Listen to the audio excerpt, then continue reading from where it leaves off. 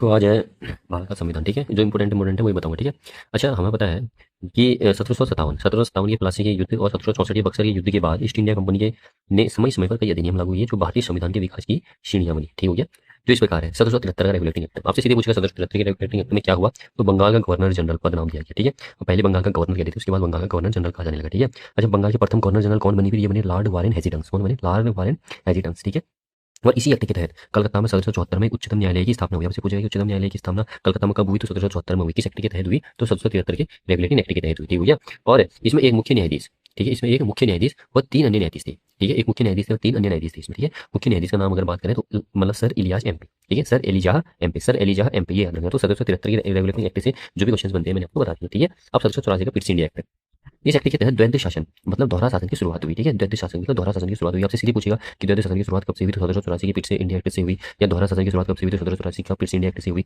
दोहरा शासन मतलब इसमें देखो, बोर्ड ऑफ डायरेक्टर्स, ठीक है, एक तो बोर्ड ऑफ डायरेक्टर्स लाए जो व्यापारिक मामलों को देखता था, और एक कंट्रोलर लेके आए, बोर्ड ऑफ कंट्रोलर जो राजनीतिक मामले देखता था। आपसे पूछेंगे board of directors, board of control कब आए, किस एक्ट के तहत आए, तो 1784 के पिट्स इंडिया एक्ट के तहत आए।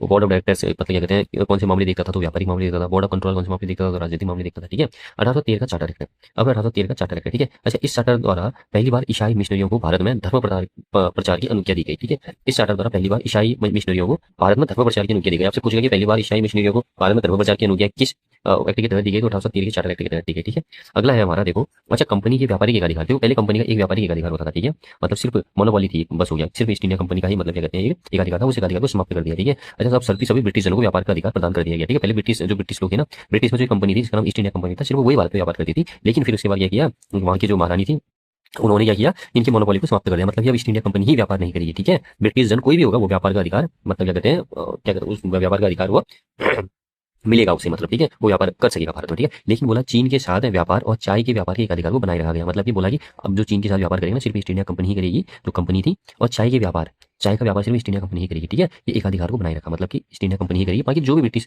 जो लोग हैं वो अब भारत के साथ व्यापार कर सकते थे। ठीक है, पहली बार शिक्षा पर प्रतिवर्ष 1 लाख रुपए खर्च करने का बंद किया गया। पूछता है क्वेश्चन कि पहली बार शिक्षा पर 1 लाख रुपए खर्च करने का बंद किसमें किया गया, तो 1813 के चार्टर एक्ट के समय में। ठीक है, 1833 का चार्टर एक्ट। अब 1833 का चार्टर एक्ट फिर उसके बाद 20 साल बाद आया, बंगाल के गवर्नर जनरल को संपूर्ण भारत का गवर्नर जनरल कहा जाने लगा। मैंने बोला बोला था ना आपसे, देखो 1773 में मैंने बोला था ना आपसे, पहले बंगाल का गवर्नर कहते थे, फिर बंगाल का गवर्नर जनरल नाम दे दिया 1773 में। उसके बाद फिर 1833 में क्या कर दिया इन्होंने, 1833 में क्या कर दिया, फिर बंगाल का ना कह करके संपूर्ण भारत का गवर्नर जनरल कहा गया। ठीक है, तो संपूर्ण भारत का गवर्नर 1833 के एक्ट से कहा गया। ठीक है, और पहले कौन बने, आप लॉर्ड विलियम बेंटिंक बने। ठीक है, और इस एक्ट के परिणाम स्वरूप प्रथम विधि आयोग की स्थापना भी की गई। विधि आयोग की स्थापना की गई और प्रथम विधि आयोग के अध्यक्ष लॉर्ड मैकाले थे। आपसे सीधे पूछेगा ये विधि आयोग के प्रथम अध्यक्ष कौन थे, लॉर्ड मैकाले। आपसे सीधे पूछेगा कि प्रथम विधि आयोग की स्थापना किस एक्ट के तहत हुई, तो 1833 के चार्टर एक्ट के तहत हुई। ठीक है, अगला है 1858 का भारत शासन अधिनियम। ठीक है, इसके अंतर्गत भारत का शासन कंपनी से ब्रिटिश क्राउन के हाथों में चले गया। अब क्या कर दिया, अब जो है मतलब क्या कर दिया, एक तो कंपनी चला रही थी, ठीक है, भारत का शासन लगभग ईस्ट इंडिया कंपनी जो कि ब्रिटिश की थी, अब भारत का शासन ब्रिटिश क्राउन के हाथों में चली गया। जो ब्रिटिश की महारानी थी, ब्रिटिश की जो रानी थी, उसने अपने हाथ पे ले लिया। ठीक है, अब कंपनी का कोई भी अधिकार इसमें नहीं रहा। ठीक है, अब इस अधिनियम में गवर्नर जनरल का नाम, अभी तक गवर्नर जनरल था नाम, ठीक है, 1833 में तो बनाया था भारत का गवर्नर जनरल। अब यह कहा जाने लगा जैसे ही 1858 में ब्रिटिश क्राउन के हाथों में चली गई भारत की शासन की व्यवस्था, तो फिर अब वाइस राय कहा जाने लगा। क्या कहा जाने लगा, वाइस राय 1858 के बाद। और प्रथम वाइस राय कौन थे, हमारे लॉर्ड कैनिंग। कौन थे, लॉर्ड कैनिंग थे। ठीक है, अब अगला है देखो, अब इनके द्वारा जो प्रमुख जो एक्ट निकाले गए ब्रिटिश क्राउन की तरफ से, वो क्या निकाले गए, 1909 का मार्ले मिंटो सुधार अधिनियम। मार्ले मिंटो सुधार अधिनियम पूछ रहा है, ये मार्ले मिंटो सुधार अधिनियम कब का है, तो 1909 का है। ठीक है, इसमें वाइसराय कौन थे, लॉर्ड मिंटो। ठीक है, मार्ले मिंटो है ना, तो ये वाइसराय मिंटो है, और सचिव कौन है, मार्ले। सचिव कौन है, मार ली है। ठीक है, अगला है देखो, इस एक्ट का सांप्रदायिक प्रतिनिधित्व की शुरुआत हुई। ठीक है, इस एक्ट के द्वारा सांप्रदायिक प्रतिनिधित्व की शुरुआत हुई। आपसे पूछेगा कि सांप्रदायिक प्रतिनिधित्व की शुरुआत किस एक्ट के तहत हुई, तो वो मार्ले मिंटो एक्ट के तहत हुई, जो कि 1909 का था। ठीक हो गया, 1909 का था। इस एक्ट के द्वारा सांप्रदायिक प्रतिनिधित्व की शुरुआत हुई और मुसलमानों के लिए पृथक निर्वाचन मंडल तथा पृथक निर्वाचित प्रतिनिधियों का प्रावधान किया गया। मतलब मुसलमानों के लिए पृथक निर्वाचन मंडल कर दिया और पृथक निर्वाचित प्रतिनिधियों का प्रावधान कर दिया। ठीक है, और मतदाताओं के 3 वर्ग रख दिए, एक तो सामान्य मतदाता और वर्ग मतदाता जिसमें जमींदार और मुसलमान होते थे, और एक विशेष मतदाता जो विश्वविद्यालय और वाणिज्य वाले होते थे। ठीक है, एक तो सामान्य मतदाता जो वोट देता, एक वर्ग मतदाता जिसमें जमींदार मुसलमान होते हैं, विशेष मतदाता जिसमें विश्वविद्यालय के लोग वाणिज्य के कार्य में जुड़े लोग होते थे। ठीक है, तो पूछता है कि मतदाताओं के 3 वर्ग की शक्ति के तहत की गई, 1909 के पार्लियामेंट सुधार एक्ट के तहत की गई। सांप्रदायिक प्रतिनिधित्व की शुरुआत की शक्ति के तहत हुई, 1909 के तहत हुई। मुसलमानों के लिए पृथक निर्वाचन मंडल तथा पृथक निर्वाचित प्रतिनिधियों का प्रावधान की शक्ति के तहत किया, 1909 के मार्ले मिंटो एक्ट के तहत किया। ठीक है, फिर उसके बाद 1919 का भारत शासन अधिनियम, मॉन्टेस्क्यू चेम्स्फोर्ड सुधार। ठीक है, मॉन्टेस्क्यू चेम्स्फोर्ड सुधार आया। ठीक है, अब क्या कहते हैं, इसमें वाइस रहे थे चेम्स्फोर्ड। ठीक है, चेम्स्फोर्ड सुधार तो चेम्स्फोर्ड थे, और इसमें भारतीय सचिव कौन थे, मांटेंग्यू। कौन थे, मांटेंग्यू भारतीय सचिव थे। ठीक है, इसके अंतर्गत प्रांतों में द्वैध शासन की स्थापना की गई। ठीक है, किसकी स्थापना की गई, द्वैध शासन की स्थापना की गई, किसके तहत, 1919 के तहत। ठीक है, द्वैध शासन के जनक वैसे लियोनस कार्टियस को मानते हैं। ठीक है, किसको मानते हैं, लियोनस कार्टियस को मानते हैं। ठीक हो गया, और जो ये द्वैध शासन की जनक की गई मतलब क्या कहते हैं स्थापना की गई थी ना प्रांतों में, इसको समाप्त कब किया गया, 1935 में। ठीक है, अभी आगे बताऊंगा। अच्छा, प्रांतीय शासन के 2 भाग इसमें बनाए गए, एक तो संरक्षित विषय, एक हस्तांतरित विषय। संरक्षित विषय की जो शक्ति होती थी वो प्रशासन गवर्नर और उसकी कार्यकारिणी परिषद के द्वारा होती थी। ठीक है, प्रशासन गवर्नर और उसकी की कार्यकारिणी परिषद के द्वारा, और हस्तांतरित विषय प्रशासन विधान परिषद के प्रति उत्तरदायी मंत्रियों की सहायता से, ठीक है। और इस अधिनियम के द्वारा नरेंद्र मंडल 9 फरवरी 1921 की स्थापना दिल्ली में की गई। इस अधिनियम के द्वारा नरेंद्र मंडल 9 फरवरी 1921 की स्थापना कहाँ की गई? दिल्ली में की गई। पूछता है कि नरेंद्र मंडल की स्थापना दिल्ली में किस अधिनियम के तहत की गई? तो इसी अधिनियम के तहत, माउंटेन क्षमता सुधार के अधिनियम के अंतर्गत, ठीक है। अगला है हमारा, इस एक्ट के द्वारा प्रथम बार महिला को वोट देने का अधिकार मिला। बहुत इंपॉर्टेंट है, प्रथम बार वोट देने का अधिकार इस एक्ट के तहत मिला, तो 1919 के भारत शासन अधिनियम के तहत मिला, ठीक है। और इस अधिनियम द्वारा लोक सेवा आयोग का गठन किया गया। लोक सेवा आयोग है ना हमारा यूपीएससी, उसका गठन किया गया 1919 के तहत, ठीक है। और वर्ष वर्ष 1926 में सिविल सेवकों की भर्ती के लिए केंद्रीय लोक सेवा आयोग का गठन किया गया, ठीक है। किसका? केंद्रीय लोक सेवा आयोग का गठन किया गया, ठीक हो गया। केंद्रीय लोक सेवा आयोग का गठन किया गया 26 में, ठीक है। और लोक सेवा आयोग के प्रथम अध्यक्ष कौन बनाए गए थे? सर रॉस पारकर, याद रख लेना, ठीक है। पहले यूपीएससी के अध्यक्ष कौन थे? सर रॉस पारकर, ठीक है। फिर आया भारत शासन अधिनियम 1935, ठीक है। अब इसमें प्रस्तावना का अभाव था, ठीक है। किस अधिनियम में प्रस्तावना का अभाव था? तो भारत शासन अधिनियम में था। इस एक्ट के तहत अखिल भारतीय संघ की स्थापना का प्रावधान शामिल था, ठीक है। इस एक्ट के तहत क्या था? अखिल भारतीय संघ की स्थापना का प्रावधान था, ठीक है। क्या कहता प्रावधान शामिल था, ठीक है। या पूछता है किस एक्ट के तहत अखिल भारतीय संघ की स्थापना का प्रावधान था? तो इसी एक्ट के तहत भारतीय शासन अधिनियम 1935 के तहत, ठीक है। यह संघ में 11 ब्रिटिश प्रांतों से, मतलब कहता है यह संघ में 11 ब्रिटिश प्रांतों से 6 चीफ कमिश्नर क्षेत्रों और देशी रियासतों से बनाया जाना प्रस्तावित था। इसमें ये कहा गया कि क्या कहते हैं, संघ में जो है ना 11 ब्रिटिश प्रांतों से होंगे लोग, और 6 चीफ कमिश्नर क्षेत्रों से और देशी रियासतों से बनाया जाना प्रस्तावित किया गया था इसमें, ठीक है। अखिल भारतीय संघ में, जो अखिल भारतीय संघ की स्थापना की गई ना, इसमें ये कहा कि संघ में तो 11, मतलब संघ में 11 तो ब्रिटिश प्रांतों से होंगे, 6 चीफ कमिश्नर क्षेत्रों और कुछ देशी रियासतों से बनाए जाएंगे, ठीक है, इस भारतीय संघ में, ठीक है। ये कहा गया था, लेकिन फिर ये वो काम नहीं किया, ठीक है, फेल हो गया था, ठीक है। ठीक है। इस एक्ट के द्वारा केंद्रीय स्तर पर द्वैध शासन, देखो अभी तक प्रांतीय स्तर पर द्वैध शासन था 1919 के तहत, ठीक है। अब केंद्रीय स्तर पर द्वैध शासन लागू किया गया, ठीक है। इस अधिनियम द्वारा प्रांतों में द्वैध शासन समाप्त करके उन्हें पूर्ण स्वाधीनता प्रदान की गई। प्रांतों में द्वैध शासन समाप्त कर दिया था और पूर्ण स्वाधीनता प्रदान की गई थी, ठीक है। अच्छा, प्रस्तावित संघ की स्थापना के उद्देश्य की पूर्ति हेतु केंद्रीय व प्रांतीय सरकारों के बीच शक्तियों का विभाजन किया गया। देखो प्रस्तावित संघ की स्थापना, जो प्रस्तावित संघ की स्थापना थी ना, जो अखिल भारतीय संघ की स्थापना का प्रावधान किया गया था, इस प्रावधान के उद्देश्य की पूर्ति हेतु केंद्रीय और प्रांतीय सरकारों के बीच शक्तियों का विभाजन, बोला था कि शक्तियां दी जाएंगी, मतलब केंद्र की अलग, प्रांत की अलग, ठीक है। संघ की शक्ति, देखो संघ सूची, तो संघ सूची बनाया था इसमें, ठीक है। संघ सूची मतलब क्या कहते हैं, संघ सूची, इसमें 59 विषय रखे गए थे, ठीक है, जिसमें राष्ट्रीय महत्व के विषय हुआ करते थे, ठीक हो गया। जल थल ये चीजें, ठीक है। और दूसरा थी प्रांतीय विषय, इसमें 54 विषय होते थे। इसमें स्थानीय महत्व को रखा गया, एक है समवर्ती विषय, इसमें 36 विषय होते थे, ठीक है। केंद्रीय प्रांत दोनों कानून बना सकते थे इसमें, ठीक हो गया। इसमें जैसे तलाक विवाह ये चीजें रखा गया, ठीक है। तो संघ सूची में आपसे पूछता है कि 1935 की शासन क्या कहते हैं अधिनियम के तहत जो सूचियां बनाई गई थी, उसमें संघ सूची में कितने विषय थे? 59 विषय थे, ठीक है। किस महत्व के थे? राष्ट्रीय महत्व के थे। और प्रांतीय सूची में कितने विषय थे? 54 विषय थे। किस महत्व के थे? स्थानीय महत्व के थे। समवर्ती विषय कितने विषय थे? 36 विषय थे। किस महत्व के थे? केंद्र और प्रांत दोनों कानून बना सकते हैं, ठीक है। इस ये विषय रखे थे। तो 59 तो हमारी संघ सूची में थे, 54 प्रांतीय में, समवर्ती सूची 6 36 याद रखिएगा, 59 54 36, ठीक है। अच्छा, इसी एक्ट के तहत 1935 एक्ट के तहत संघीय न्यायालय की स्थापना की गई। किस न्यायालय की? संघीय न्यायालय की स्थापना की गई, ठीक है। इस न्यायालय में एक मुख्य न्यायाधीश हुआ करता था और 2 अन्य न्यायाधीश हुआ करते थे, ठीक हो गया। इसका प्रावधान था इसमें, ठीक है। इसमें अंतिम अपील जो है प्रीवी परिषद में की जा सकती थी। आपसे पूछेगा कि इसमें अंतिम अपील किसमें की जा सकती थी? प्रीवी परिषद में की जा सकती थी, ठीक हो गया। और इस अधिनियम में संशोधन का अधिकार केवल ब्रिटिश पार्लियामेंट को ही था, ठीक हो गया। और इस अधिनियम द्वारा भारत परिषद को समाप्त कर दिया गया, ठीक बात है, ठीक है। ये देखो, और सांप्रदायिक निर्वाचन पद्धति का विस्तार दलित जातियों की महिलाओं और मजदूर वर्गों तक किया गया। जो सार्वजनिक निर्वाचन पद्धति है ना, वो इसका विस्तार दलित जातियों की महिलाओं और मजदूर तक किया गया, ठीक हो गया। अगला है हमारा, देखो इस संविधान को मिनी कॉन्स्टिट्यूशन का दर्जा दिया गया, मिनी संविधान भी कहा गया, ठीक है, मिनी संविधान भी कहा गया। और भारत के वर्तमान संविधान पर 1935 के अधिनियम का प्रभाव क्या क्या पड़ा, ठीक है। राज्यों में क्या कहते हैं, राष्ट्रपति शासन यहीं से लिया गया है, राज्यपाल का पद 1935 से ही है, राष्ट्रपति द्वारा संकट काल की घोषणा यहीं से है, ठीक है, द्विसदनीय विधानमंडल यहीं से है, ठीक है। संघीय योजना, संघ की इकाई, केंद्र को अधिक शक्ति, मतलब कोई भी कानून होता है ज्यादातर संसद की मतलब उसमें उसको बनाती है, तो संघीय योजना की संघ इकाई, केंद्र को अधिक शक्ति दी गई, ठीक है। इसी अधिनियम का प्रभाव है, ठीक हो गया। आरबीआई की स्थापना, इस अधिनियम के तहत देशी मुद्रा और शाख पर नियंत्रण के लिए आरबीआई की स्थापना की गई। आरबीआई की स्थापना 1 अप्रैल 1935 को की गई। प्रथम गवर्नर सर ऑसबॉर्न स्मिथ थे, ठीक है, ठीक है, सर ऑसबॉर्न स्मिथ थे, ठीक हो गया। अगला है हमारा क्रिप्स मिशन। क्रिप्स मिशन जो है जो हमारा क्रिप्स मिशन है, ये देख लेना वर्तमान में कौन है, ठीक है, जिस वक्त भी आप वीडियो देख रहे हो। अब है क्रिप्स मिशन। क्रिप्स मिशन जो सर स्टेफर्ड क्रिप्स के समय पे आया था, इसमें अध्यक्ष कौन थे? लॉर्ड पैथिक लॉरेंस नंबर 1 और एवी अलेक्जेंडर, ठीक है, लॉर्ड पैथिक लॉरेंस और एवी अलेक्जेंडर, ठीक है। और भारत में आगमन इसका हुआ 22 अप्रैल 1942 को। पूछता है कि भारत में आगमन का हुआ 22 मार्च, ठीक है, 22 मार्च 1942, ठीक है। इस वक्त प्रधानमंत्री कौन थे? विंस्टन चर्चिल प्रधानमंत्री थे। वाइसराय कौन थे यहाँ के? Lord Linlithgow. तो 42 में वाइसराय कौन थे? Lord Linlithgow. पूछता है भारत छोड़ो आंदोलन भी 1942 में होता है, तो कौन थे? लॉर्ड लिनलिथगो थे। प्रधानमंत्री कौन थे? पूछता है तो विंस्टन चर्चिल थे, ठीक है। और इस प्रस्ताव में 2 बातें प्रमुख थी, ठीक है। एक तो युद्ध के समय लागू होने वाला सुझाव था, युद्ध के बाद लागू होने वाले सुझाव, युद्ध के समय में लागू होने वाले सुझाव और युद्ध के बाद लागू होने वाले सुझाव, 2 बातें प्रमुख थी इसमें। एक तो जो युद्ध के समय लागू होने वाले सुझाव, क्योंकि सेकंड वर्ल्ड वॉर चल रहा था, तो युद्ध के समय लागू होने वाले सुझाव इसमें रखे गए, और युद्ध के बाद लागू होने वाले सुझाव इसमें रखे गए, ठीक है। और इस सेक्टर में औपनिवेशिक स्वराज्य अर्थात सीमित स्वतंत्रता की अवधारणा दी गई। किसकी? औपनिवेशिक स्वराज्य और सीमित स्वतंत्रता की अवधारणा दी गई, ठीक हो गया। और इसमें संघ प्रमुख के स्थान पर ब्रिटिश नियंत्रण रहने के प्रावधान होने के कारण इसे अस्वीकार कर दिया गया और 11 अप्रैल 1942 को वापस ले लिया गया, ठीक है। देखो क्या है ये पॉइंट है, संघ प्रमुख के स्थान पर ब्रिटिश नियंत्रण रहने के प्रावधान होने के कारण इसे अस्वीकार कर दिया गया, ठीक हो गया। और 11 अप्रैल 1942 को वापस ले लिया गया ये, ठीक है, वापस ले लिया गया, ठीक है, वापस ले लिया गया। आगमन कब हुआ था? 22 मार्च 1942 और वापस कब ले लिया गया था इसको? 11 अप्रैल 1942 को ले लिया गया था, ठीक हो गया। अगला है हमारा भारत शासन अधिनियम 1947। कैबिनेट मिशन देखो, कब आया था कैबिनेट मिशन में? देखो 26 जुलाई 1945 को ब्रिटेन के आम चुनाव में लेबर पार्टी से एटली प्रधानमंत्री बने। सबसे अच्छा पॉइंट है ये। देखो कब बने थे ब्रिटेन के आम चुनाव में लेबर पार्टी जीत गई थी और एटली प्रधानमंत्री बन गए थे। कब? 26 जुलाई 1945 को, याद रखना 26 जुलाई 1945, ठीक है। और अपने मंत्रिमंडल के 3 सदस्यों के आयोग मतलब 3 सदस्यों के आयोगों को भारत भेजा, ठीक है। किसने? एटली ने। अब एटली में क्या थी, कहते थे पहले कंजर्वेटर पार्टी थी, हार गई थी, लेबर पार्टी बन गई थी, एटली प्रधानमंत्री बन गए थे। उन्होंने क्या कहा, अपने मंत्रिमंडल के 3 सदस्यों के आयोग को भारत भेज दिया, ठीक है। कौन कौन? पैट्रिक लॉरेंस जिसको अध्यक्ष बनाया गया, सर स्टेफर्ड क्लिप्स सदस्य, एवी अलेक्जेंडर सदस्य, तो ये 3 आए। अब इस आयोग के 3 महत्वपूर्ण सुझाव थे। अब इसने भी 3 सुझाव दिए। मैंने बताया था क्लिप्स मिशन था, उन्होंने क्या कहते हैं 2 बातें प्रमुख रखी थी, ठीक है। अब इसने क्या है 3 महत्वपूर्ण सुझाव दिए। इसने ऐसा कहा कि भारत में संघ राज्य की स्थापना की जाए, नंबर 1। दूसरा कहा था भारत के संविधान निर्माण के लिए संविधान सभा गठित की जाए, नंबर 2। और तीसरा नए संविधान के अंतर्गत नई सरकार के गठन होने तक एक अंतरिम सरकार की स्थापना की गई, ठीक है। ये 3 चीजें हुई, ठीक है। अब देखो ब्रिटिश प्रधानमंत्री क्लेमेंट एटली ने 20 फरवरी 1947 को एक महत्वपूर्ण घोषणा करते हुए कहा कि ब्रिटिश सरकार जून 1948 तक भारत की उत्तरदायी सरकार को सत्ता हस्तांतरित कर देगी। एक कब? एटली ने 20 फरवरी 1947 को एक महत्वपूर्ण घोषणा करते हुए कहा, ब्रिटिश सरकार जून 1948, पूछता है कि क्लेमेंट एटली जो कि ब्रिटेन के प्रधानमंत्री थे, उन्होंने घोषणा कब की थी? 20 फरवरी 1947 को एक महत्वपूर्ण घोषणा करते हुए कहा कि ब्रिटिश सरकार जून 1948 तक भारत की उत्तरदायी सरकार को सत्ता हस्तांतरित कर देगी, ठीक है। ठीक है। और अगर बोला कि अगर जो भारत के राजनीतिक दलों से कोई समझौता हो गया तो सत्ता उससे पहले भी सौंप दी जाएगी, ठीक हो गया। फिर आया माउंटबेटन योजना। इस समय वाइसराय कौन था? माउंटबेटन था, ठीक हो गया।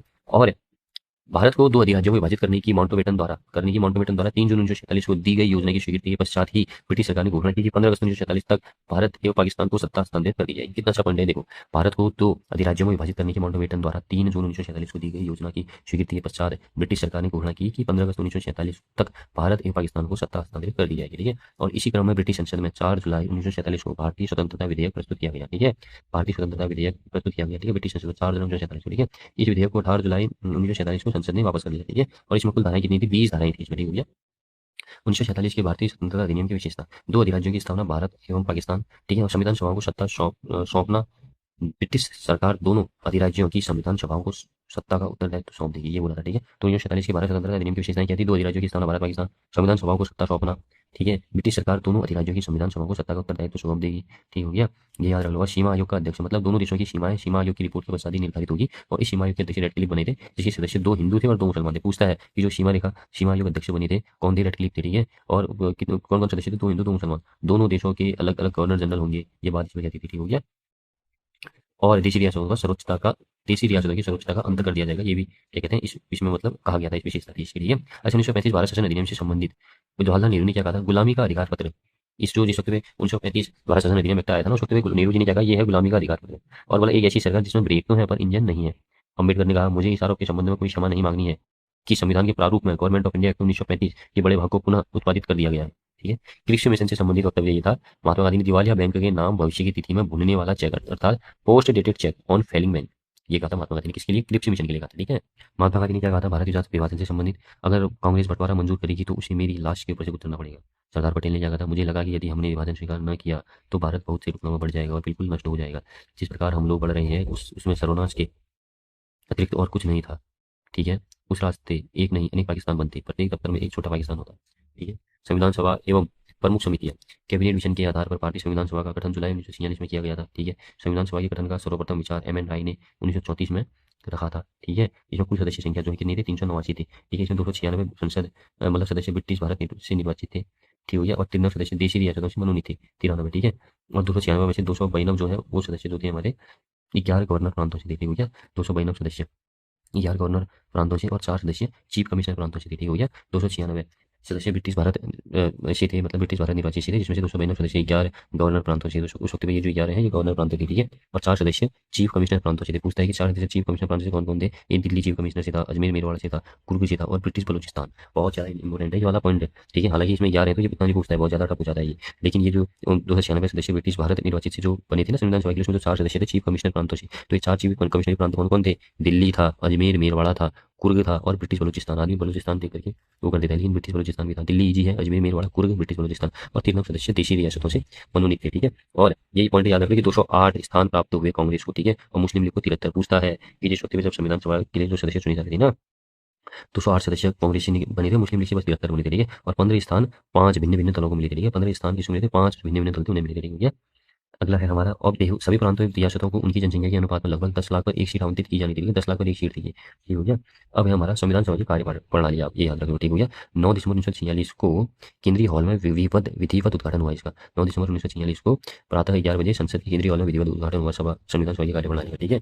और इसमें जो है अस्थायी अध्यक्ष बनाए गए थे सचिदानंद सिन्हा, क्योंकि कंफ्यूज थे किसको बनाया जाए, तो सबसे बुजुर्ग यही थे सचिदानंद सिन्हा, तो इनको अस्थायी बनाया गया, ठीक है। और मुस्लिम लीग द्वारा बहिष्कार करने पर इसकी संख्या 324 ही रह गई, ठीक है। अब क्या कहते हैं, पहले कितनी सी संख्या इनकी 389 थी, मैंने बताया ना कुल सदस्य संख्या संविधान सभा की, लेकिन मुस्लिम ने क्या कर दिया था, इसका पुरजोर विरोध कर दिया था, ठीक है। अब मुस्लिम पुरजोर विरोध करेगी तो उसके उसके बाद क्या होगा, उसके बाद क्या होगा, अगर मुस्लिम पुरजोर विरोध करेगी तो सदस्यों की संख्या क्या होगी, कम हो ही जाएगी, ठीक है, कम हो जाएगी, ठीक है। तो लगभग 324 रह गए थे, ठीक हो गया। और 11 दिसंबर 1946 को डॉक्टर राजेंद्र प्रसाद को संविधान सभा का स्थायी अध्यक्ष चुना गया। स्थायी अध्यक्ष संविधान मतलब स्थायी अध्यक्ष राजेंद्र प्रसाद को चुना गया 11 दिसंबर 1946 को। उपाध्यक्ष बना दिए गए एच जी मुखर्जी, ठीक है। और संवैधानिक सलाहकार बना दिए गए बी एन राव, ठीक हो गया। और 13 दिसंबर 1946 को नेहरू ने संविधान सभा में उद्देश्य प्रस्ताव रखा, जिसे 22 जनवरी 1947 को पारित किया गया, ठीक है। और यह उद्देश्य प्रस्ताव ही संविधान की प्रस्तावना का आधार बना, ठीक है। संविधान सभा में कुल महिलाओं पूछते हैं तो 15 महिलाएं थी, ठीक है। और प्रथम बैठक में सिर्फ 10 महिलाओं ने ही भाग लिया था, ठीक है। 15 महिलाएं थी संविधान सभा में, प्रथम बैठक में 10 महिलाओं ने ही क्या लिया था, भाग लिया था, ठीक हो गया। और प्रारूप समिति बनाई गई थी, जैसे कई समितियां बनाई गई थी संविधान निर्माण के लिए, इसमें से एक प्रारूप समिति थी, इसका गठन 29 अगस्त 1947 में किया गया। इसके अध्यक्ष बनाए गए भीमराव अम्बेडकर, एन गोपाल स्वामी अयंगर, अल्लादी कृष्ण स्वामी अय्यर, डॉक्टर के एम मुंशी, एकमात्र कांग्रेस सदस्य थे डॉक्टर के एम मुंशी, सैयद मोहम्मद सादुल्ला, एन माधव राव, ठीक है। बी एल मित्र के अस्वस्थ होने पर मनोनीत, बी एल मित्र थे पहले तो, लेकिन वो थोड़ा स्वास्थ्य संबंधी समस्या में आ गई थी, तो फिर माधव राव ने क्या किया, यहाँ पर उनका कार्यभार संभाला, ठीक है। टीटी कृष्णाचारी, अब 1948 में डीपी खिदानी की मृत्यु हो गई थी, तो क्या कहते हैं, टीटी कृष्णाचारी बनी, ठीक हो गया। और प्रारूप तैयार कर संविधान सभा को फरवरी 1948 में सौंप दिया इन्होंने, ठीक है। फरवरी 1948 में सौंप दिया, ठीक है। अच्छा, कुछ समितियां और थी, जैसे प्रारूप समिति का तो अध्यक्ष मैंने बता दिया भीमराव अम्बेडकर थे। और संघ शक्ति समिति के जवाहरलाल नेहरू थे। संघीय संविधान समिति, तो संघ शक्ति समिति संघीय, ये दोनों के जवाहरलाल नेहरू थे। और राज्यों के लिए समिति भी जवाहरलाल नेहरू थे, ठीक है। संघ संघीय राज्य, ठीक है, ये इसमें जवाहरलाल नेहरू, ठीक है। प्रांत के में बताया वल्लभ भाई पटेल, मूल अधिकार की बताया वल्लभ भाई पटेल, राष्ट्रीय ध्वज तदर्थ समिति के राजेंद्र प्रसाद, और प्रक्रिया नियम संबंध समिति के डॉक्टर राजेंद्र प्रसाद, और संचालन समिति के डॉक्टर राजेंद्र प्रसाद। तो तदर्थ समिति, नियम समिति, संचालन समिति, संचालन कौन करता है, अध्यक्ष करता है, नियम कौन बनाता है, अध्यक्ष बनाता है। और राष्ट्रीय ध्वज तदर्थ समिति, ये तीनों के डॉक्टर राजेंद्र प्रसाद, ये इंपॉर्टेंट है, ठीक है। बाकी मूल और क्रांति सरदार वल्लभ भाई पटेल, संघ संघीय राज्य जवाहरलाल नेहरू, ठीक है। अच्छा, अब देखेंगे अगला पॉइंट, देखो 2 वर्ष 11 माह 18 दिन में संविधान निर्माण की प्रक्रिया समाप्त हुई। संविधान सभा में कुल 11 बैठकें हुई, ठीक है। और इसमें कुल विश्व के 60 देशों के संविधान का अवलोकन हुआ, ये हो गया। लगभग 64 लाख रुपए का व्यय इसमें हुआ, ठीक है। 26 नवंबर 1949 को भारतीय संविधान के कुछ अनुच्छेद उसी दिन लागू से मतलब उसी दिन से लागू कर दिए। शेष प्रावधान 26 जनवरी 1950 से लागू किया गया, ठीक है। भारतीय संविधान कांग्रेस के अधिवेशन में 26 जनवरी 1930 को प्रथम स्वतंत्रता दिवस मनाया गया, भारतीय संविधान के कांग्रेस के अधिवेशन, भारतीय राष्ट्रीय कांग्रेस के मतलब राष्ट्रीय कांग्रेस के अधिवेशन में 26 जनवरी 1930 को प्रथम स्वतंत्रता दिवस मनाया गया था, ठीक हो गया, ठीक है। और 26 जनवरी को ही डॉक्टर राजेंद्र प्रसाद को भारत के प्रथम राष्ट्रपति के रूप में करना मतलब क्या कहते हैं, कार्य करना प्रारंभ किया राजेंद्र प्रसाद ने, ठीक है, ठीक है। और इसी कारण 26 जनवरी को गणतंत्र दिवस के रूप में मनाया जाता है, ठीक है। क्यों मनाया जाता है, क्योंकि मैंने बताया ना, भारतीय राष्ट्रीय कांग्रेस के अधिवेशन में 26 जनवरी 1930 को ही प्रथम स्वतंत्रता दिवस बनाया मतलब दिवस मनाया गया था, ठीक है। इसी वजह से 26 जनवरी को गणतंत्र दिवस के रूप में मनाया जाता है, ठीक है। और मतलब क्या कहते हैं, 26 जनवरी को ही हमने क्या किया था, संविधान लागू किया था, ठीक है।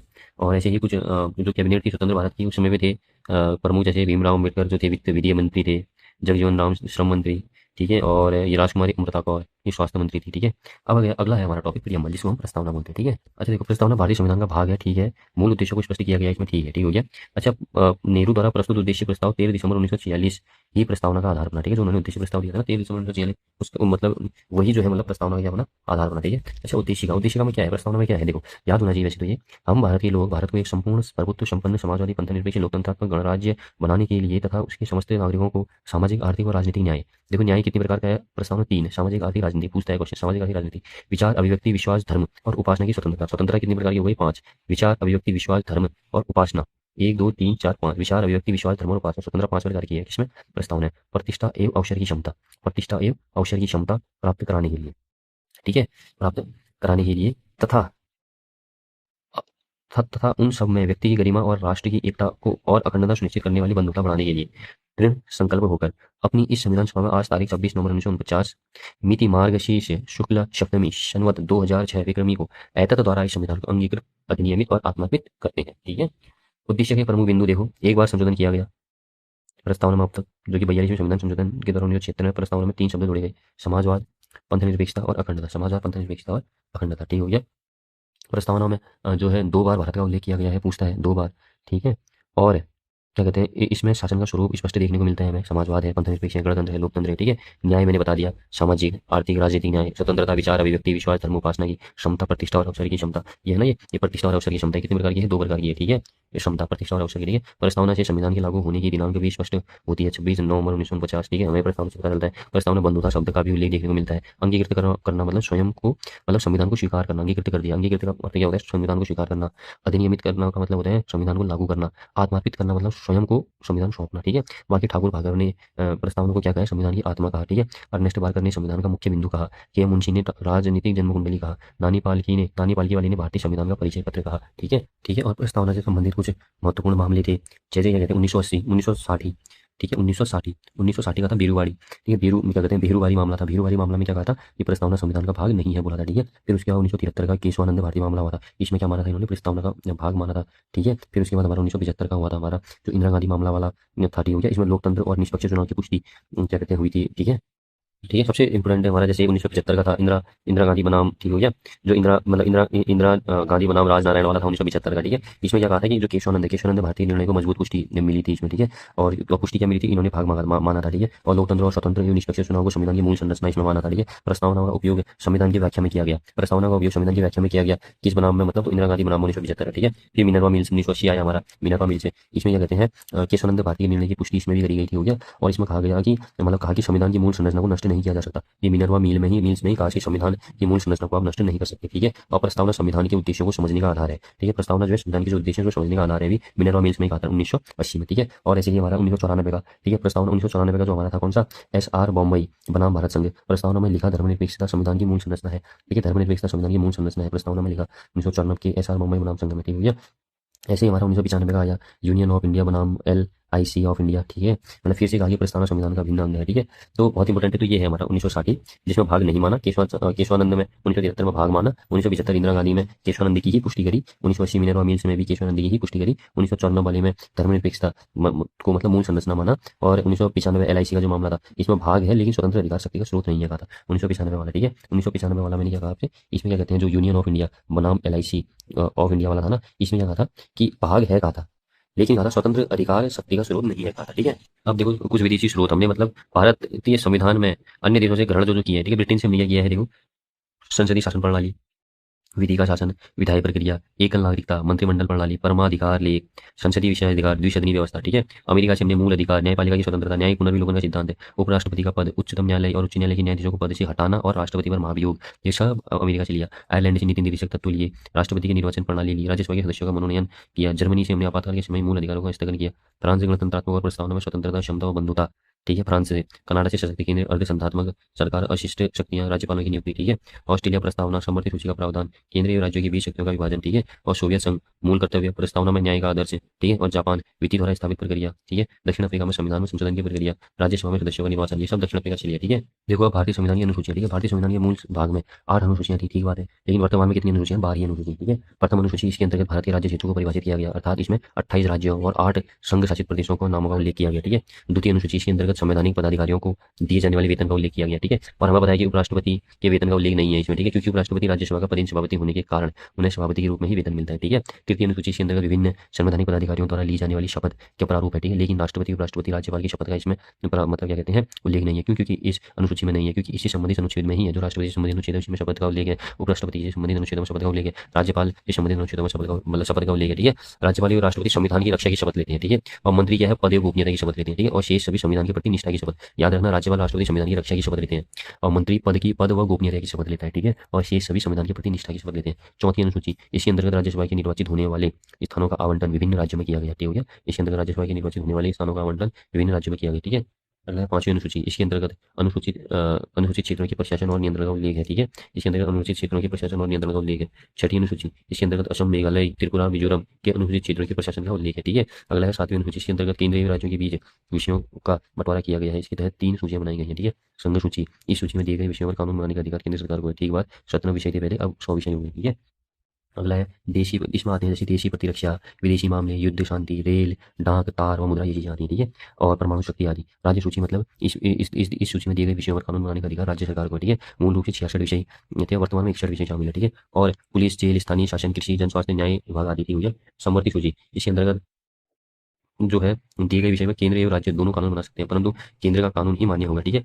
मूल रूप से 46 विषय थे, वर्तमान में 52 विषय शामिल है। ठीक है, दीवानी और फौजदारी कानून, शिक्षा, विवाह तथा तलाक, आर्थिक नियोजन, वन, श्रमिक संघ आदि इसमें आते हैं। ठीक है, 8वीं अनुसूची इसके अंतर्गत विभिन्न भाषाओं को मान्यता दी गई है। ठीक है, मूल संविधान में इसमें 14 भाषाओं का उल्लेख है, वर्तमान में 22 भाषाएं का उल्लेख है। ठीक है, 21वां संविधान संशोधन अधिनियम 1967 सिंधी जुड़ी गई, जो कि 15वीं थी। 71वां संविधान संशोधन 1992 कोंकणी, मणिपुरी और नेपाली जोड़ी गई। ठीक है, 92वां संविधान संशोधन 2003 बोडो, डोगरी, मैथिली, संताली जोड़ी गई। ठीक है, 19वीं, 20वीं, 21वीं, 22वीं, 9वीं अनुसूची के अंतर्गत उन विषयों का उल्लेख है जिन्हें न्यायालयों में चुनौती नहीं दी जा सकती। ठीक है, इस अनुसूची को प्रथम संविधान संशोधन अधिनियम के द्वारा 1951 में जोड़ा गया था। ठीक है, और सभी भूमि सुधार कानूनों का उल्लेख इसी अनुसूची में देखने को मिलता है। ठीक है, केशवानंद बनाम केरल राज्य के मामले में सर्वोच्च न्यायालय ने यह निर्णय दिया कि 24 अप्रैल 1973 के बाद कोई नया कानून नवी अनुसूची में शामिल किया गया और यदि वह संविधान की आधारभूत संरचना का उल्लंघन करता है तो उसी न्यायपालिका में चुनौती दी जा सकती है। ठीक है, ये कहा गया। ठीक है, 10वीं अनुसूची यह संविधान के 52वें संविधान संशोधन अधिनियम 1985 के द्वारा जोड़ी गई। इसमें दल बदल से संबंधित प्रावधानों का उल्लेख है। ठीक है, दल बदल से संबंधित प्रावधानों का उल्लेख इसमें है, तो इसी में। ठीक है, अगला है 11वीं अनुसूची, इसके अंतर्गत पंचायती राज संस्थाओं के 29 कार्यों का उल्लेख देखने को मिलता है। ठीक है, 73वें संविधान संशोधन अधिनियम द्वारा वर्ष 1993 में इस अनुसूची को जोड़ा गया। ठीक है, अगला है 12वीं अनुसूची, इसके अंतर्गत नगर पालिकाओं के 18 कार्यों का उल्लेख है। ठीक है, इसे 74वें संविधान संशोधन अधिनियम 1993 में जोड़ा गया था। ठीक है, अब है संविधान के भाग। ठीक है, संघ और उसका राज्य क्षेत्र। पहले भाग 1 में संघ और उसका राज्य क्षेत्र आता है, जो कि 1 से 4 अनुच्छेद तक है। फिर नागरिकता दूसरे भाग में आता है। भाग 2 में नागरिकता है 5 से 11। भाग 3 में मौलिक अधिकार है 12 से 35। भाग 4 में नीति निर्देशक तत्व है 36 से 51। भाग 4 ए में मौलिक कर्तव्य है 51 ए। भाग 5 में संघ सरकार देखने को मिलती है, जो कि है हमारा 52 से लेके 151 तक। ठीक है, और भाग क्या कहते हैं 6 में हमें राज्य सरकार देखने को मिलती है, जो कि 152 से लेके 237 तक है। ठीक हो गया, और भाग 7 जो है भी निरस्त कर लिया गया है 238। ठीक है, भाग 9 में संघ राज्य क्षेत्र है 239 से 242। और भाग पंचायत में 243 से लेके 9 तक। ठीक हो गया, नगर पंचायत 243 से लेके 243 9 तक है। ठीक हो गया, उसके बाद है हमारा भाग 10 अनुसूचित और जनजातीय क्षेत्र 244 से 244 क तक। ठीक है, फिर है हमारा संघ और राज्यों के बीच संबंध 245 से लेके 263 तक। ठीक है, फिर है हमारा भाग 12 वित्त संबंधी संविधाएं और बाद 264 से लेके 301 तक। ठीक है, फिर है हमारा भाग 13 भारतीय राज्य क्षेत्र के भीतर व्यापार वाणिज्य समागम 301 से लेके 307। फिर है हमारा भाग 14 संघ और राज्यों के 3 सेवाएं 308 से 323। फिर है भाग 14 क अधिकरण है इसमें। ठीक है, ट्रिब्यूनल 223 क से लेके 223 ख तक, मतलब 223 ए से 223 बी। ठीक है, उसके बाद है हमारा भाग 15 निर्वाचन 324 से 329 क तक। फिर है हमारा भाग 16 कुछ वर्गों से संबंधित विशेष प्रावधान इसमें 330 से 342 क तक। ठीक है, फिर है हमारा भाग 17 जिसमें राजभाषा का उल्लेख है 343 से लेके 351 तक। ठीक है, फिर हमारा आपात उपबंध भाग 18 352 से लेके 360 तक। फिर है हमारा भाग 9 जिसमें प्रकरण आता है 361 से लेके 367 तक। फिर है संविधान संशोधन भाग 20 368। ठीक है, फिर है हमारा भाग 21 अस्थायी संक्रमणशील और विशेष उपबंध है 369 से 392। फिर आता है हमारा भाग 22 इसमें संक्षिप्त नाम प्रारंभ हिंदी में प्राधिकृत पाठ और मिशन है 393 से 395। अब कुछ संविधान के प्रमुख अनुच्छेद देखो। अनुच्छेद 1 संघ का नाम और राज्य क्षेत्र इसमें है। ठीक है, वर्तमान में 28 राज्य 8 केंद्रशासित प्रदेश है। अनुच्छेद 2 में नए राज्यों का प्रवेश है स्थापना। अनुच्छेद 3 में नए राज्यों का निर्माण, वर्तमान राज्यों के क्षेत्रों में सीमाएं व नामों में परिवर्तन। अनुच्छेद 13 मूल अधिकारों से संगत असंगत या अल्पीकरण करने वाली विधियां। ठीक है, अनुच्छेद 14 में विधि की समक्ष क्षमता। अनुच्छेद 15 में है धर्म, मूल, वंश, जाति, लिंग या जन्म स्थान के आधार पर विभेद या प्रतिषेध। अनुच्छेद 16 में है लोक नियोजन के विषय में अवसर की क्षमता। अनुच्छेद 17 अस्पृश्यता का अंत। अनुच्छेद 18 उपाधियों का अंत। अनुच्छेद 19 वाक स्वातंत्र्य आदि विषयक कुछ अधिकारों का संरक्षण। अनुच्छेद 20 अपराधों के लिए दोष सिद्धि के संबंध में संरक्षण। अनुच्छेद 21 प्राण व दैहिक स्वतंत्रता का संरक्षण। अनुच्छेद 21 को शिक्षा का अधिकार। अनुच्छेद 22 कुछ दशाओं में गिरफ्तारी और निरोध के संरक्षण। अनुच्छेद 23 मानव के दुर्व्यवहार एवं बलात्कारों का प्रतिषेध। अनुच्छेद 24 कारखानों आदि में बालकों के नियोजन का प्रतिषेध। अनुच्छेद 25 अंतःकरण की और धर्म के अबाध रूप से जानने, आचरण और प्रचार करने की स्वतंत्रता। अनुच्छेद 26 धार्मिक कार्यों के प्रबंधन की स्वतंत्रता। अनुच्छेद 27 किसी विशेष धर्म की अभिवृद्धि के लिए करों के संदाय के बारे में स्वतंत्रता। अनुच्छेद 28 कुछ शिक्षा संस्थाओं में धार्मिक शिक्षा का या धार्मिक उपासना से में उपस्थित होने के बारे में स्वतंत्रता। अनुच्छेद 29 अल्पसंख्यक वर्गों के हितों का संरक्षण। अनुच्छेद 30 शिक्षा संस्थाओं की स्थापना और प्रशासन करने का अल्पसंख्यक वर्गों का अधिकार। ठीक है, अनुच्छेद 32 इस भाग द्वारा प्रदत्त अधिकारों को परिवर्तित कराने के लिए उपचार, संवैधानिक उपचारों का अधिकार। अनुच्छेद 39 को पुरुष और स्त्री सभी को समान रूप से जीविका के पर्याप्त साधन प्राप्त करने का अधिकार हो। अनुच्छेद 39 घ पुरुषों और स्त्रियों दोनों का समान कार्य के लिए समान वेतन हो। अनुच्छेद 39 को समान न्याय और निःशुल्क विधिक सहायता। अनुच्छेद 40 ग्राम पंचायतों का संगठन। अनुच्छेद 41 कुछ दशाओं में काम, शिक्षा और लोक सहायता पाने का अधिकार। अनुच्छेद 42 काम की न्याय संघ द्वारा मानवोचित दशाओं का तथा प्रसूति सहायता का उपबंध। अनुच्छेद 43 क में उद्योगों के प्रबंध में कर्मकारों का भाग लेना। अनुच्छेद 43 ख में सहकारी सोसाइटियों का संवर्धन। अनुच्छेद 44 में यूसीसी हो गया। अनुच्छेद 45 में 6 वर्ष से कम आयु के बालकों के लिए प्रारंभिक बाल व्यवस्था देखरेख शिक्षा का उपबंध। राज्य सभी बालकों के लिए 6 वर्ष की आयु पूरी होने तक प्रारंभिक बाल व्यवस्था की देखरेख और शिक्षा के लिए उपबंध करने का प्रयास करेगा।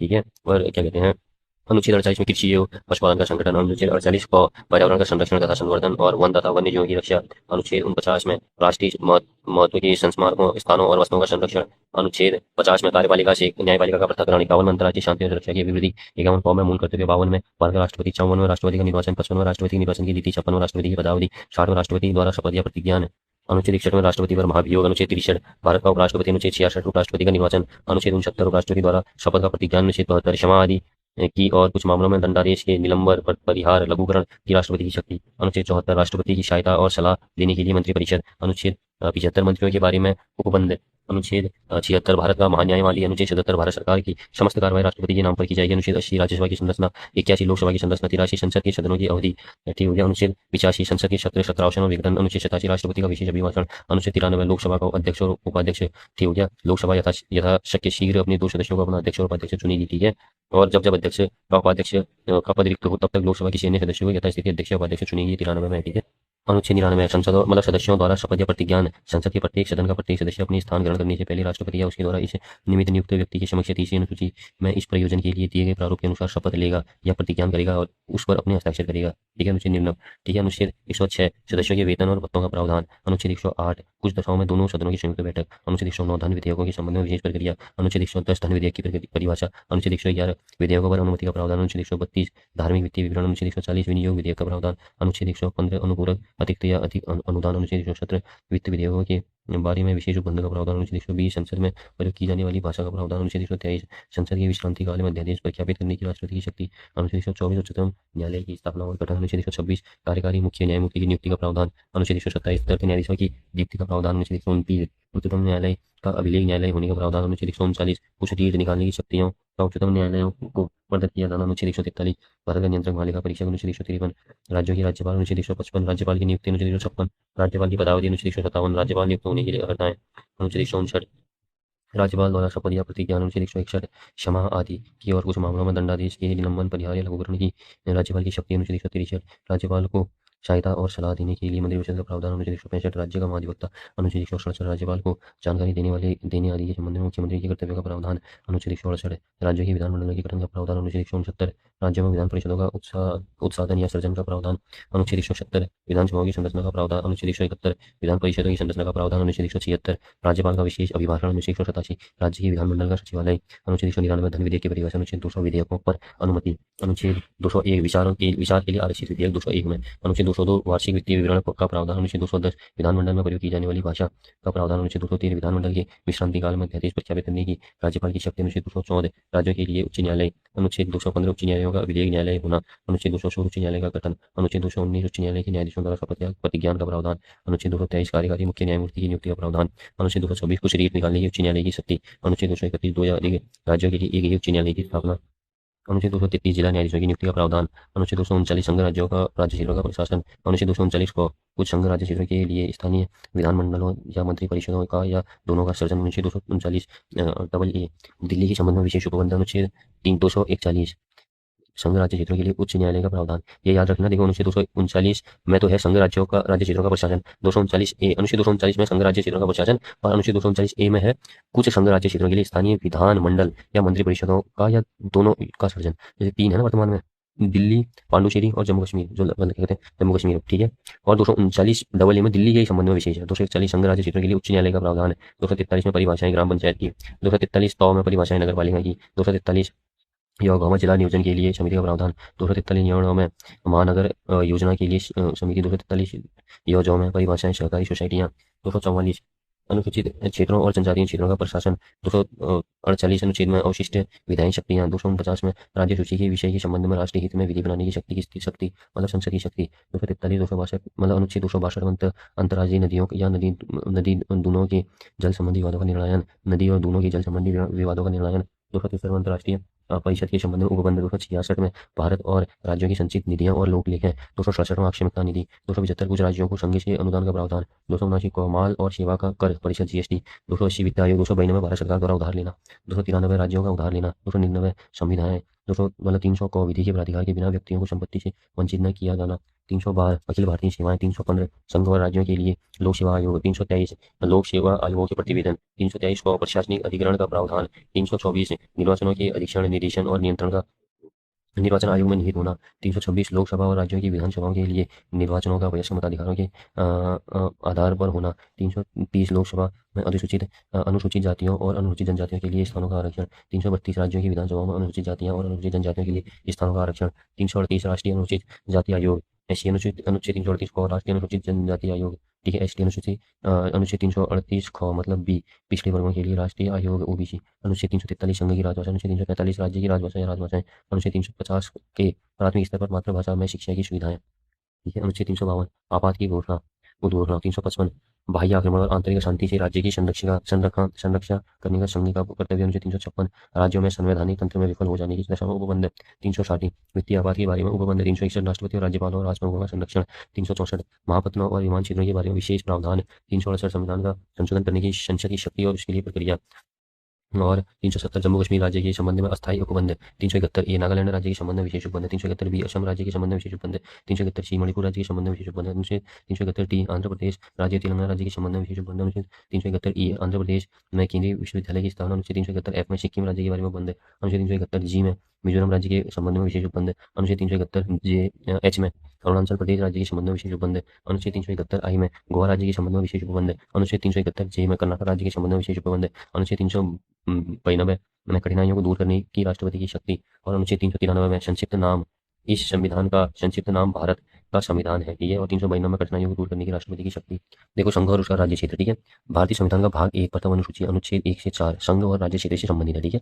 वर्ष 1956 में 14 राज्य व 6 केंद्र शासित प्रदेशों का गठन किया गया था, ठीक हो गया। और स्वतंत्रता प्राप्ति के साथ ही भाषाई आधार पर राज्य के पुनर्गठन की मांग उठाई जा रही थी, ठीक हो गया। अच्छा, मद्रास राज्य के तेलुगु भाषियों ने श्री रामुलु के नेतृत्व में आंदोलन किया, ठीक है। और 56 दिन के अनशन के बाद 15 सितंबर 1952 को इनकी मृत्यु हो गई, ठीक है। उसके बाद नेहरू ने तेलुगु भाषियों के लिए पृथक आंध्र प्रदेश राज्य के गठन की घोषणा करी, ठीक है। और इस प्रकार 1 अक्टूबर 1953 को आंध्र प्रदेश भाषा के आधार पर गठित होने वाला पहला राज्य बना, ठीक हो गया। असम राज्य से नागा हिल्स क्षेत्र को निकालकर नागालैंड राज्य अधिनियम 1962 द्वारा, ठीक है, 1962 द्वारा नागालैंड पृथक राज्य बनाया गया, ठीक है। नागालैंड राज्य अधिनियम 1962 के द्वारा, ठीक है। असम राज्य से नागा हिल्स क्षेत्र को निकाल दिया था, ठीक है। निकालकर नागालैंड राज्य अधिनियम 1962 के द्वारा नागालैंड पृथक राज्य बनाया गया, ठीक है। अब देखो सिक्किम 35वें संशोधन द्वारा संयुक्त राज्य का दर्जा और 36वें संशोधन द्वारा 1975 में 22वें पूर्ण राज्य का दर्जा दिया गया। देखो याद रखना, 35वें संशोधन के द्वारा तो संयुक्त राज्य का दर्जा मिला, संयुक्त राज्य का दर्जा 35वें संशोधन के द्वारा और 36वें संशोधन के द्वारा 1975 में 22वें पूर्ण राज्य का दर्जा दिया गया, ठीक है। और गोवा दमन दीव पुनर्गठन अधिनियम 1987 के द्वारा गोवा को 25वें राज्य का दर्जा दिया गया, ठीक है, 1987 द्वारा, ठीक है। और छत्तीसगढ़ हमें पता है, छत्तीसगढ़ उत्तराखंड झारखंड 1 नवंबर 2000 को, ठीक है, किसके द्वारा, मध्य प्रदेश उत्तर प्रदेश और बिहार पुनर्गठन अधिनियम द्वारा 2000 में, मध्य प्रदेश उत्तर प्रदेश और बिहार पुनर्गठन अधिनियम द्वारा 2000 में, मतलब मध्य प्रदेश से उत्तर प्रदेश से और झारखंड से, मध्य प्रदेश से क्या बना, छत्तीसगढ़ बना, उत्तर प्रदेश से उत्तराखंड और बिहार से झारखंड, ठीक है। तो 1 नवंबर 2000 को छत्तीसगढ़ बना 26वां, 9 नवंबर 2000 को उत्तराखंड बना 27वां, 15 नवंबर 2000 को बना झारखंड, ठीक है। ये 3 राज्य बनाए गए, ठीक है। 28वां बना हमारा झारखंड, ठीक है। तेलंगाना आंध्र प्रदेश राज्य पुनर्गठन अधिनियम 2014 के द्वारा तेलंगाना नामक 29वां राज्य बनाया गया, ठीक है। और जम्मू कश्मीर भारतीय संविधान, जम्मू कश्मीर को अनुच्छेद 370 के तहत विशेष दर्जा प्राप्त था, ठीक है। और 6 अगस्त 2019 के जम्मू कश्मीर राज्य पुनर्गठन अधिनियम 2019 के अनुसार धारा 370 को समाप्त कर 31 अक्टूबर 2019 को जम्मू कश्मीर और लद्दाख नामक 2 केंद्र शासित प्रदेश बनाए गए। फिर हमारे राज्य कितने हो गए, 28 राज्य हो गए हमारे, ठीक है। अगला है हमारा राज्य पुनर्गठन आयोग प्रथम जो बना था 1953 में, फजल अली आयोग, ठीक है, इसे बोलते हैं, ठीक है। राज्य पुनर्गठन आयोग प्रथम का बना था 1953 में, जिसे हम फजल अली आयोग बोलते हैं। इसकी अध्यक्षता फजल अली ने करी थी, ठीक है। हृदयनाथ कुंजरू इसके सदस्य थे और के.एम. पडिक्कर, ठीक हो गया। और इस आयोग ने भाषा और सांस्कृतिक एकता के आधार पर राज्यों के पुनर्गठन की मांग को स्वीकार किया, ठीक है। सांस्कृतिक एकता के आधार पर, ठीक है, भाषा और सांस्कृतिक एकता के आधार पर इन्होंने क्या किया, स्वीकार किया। फिर राज्य पुनर्गठन अधिनियम दूसरा 1956 में बना, पहले 53 में, फिर 56 में, 3 साल बाद 7वें संविधान संशोधन अधिनियम 1956 के द्वारा राज्यों की श्रेणियों को समाप्त कर दिया, ठीक है। राज्यों की श्रेणियां समाप्त कर दी, ठीक है। 14 राज्यों और 6 केंद्र शासित प्रदेशों का गठन कर दिया, ठीक है।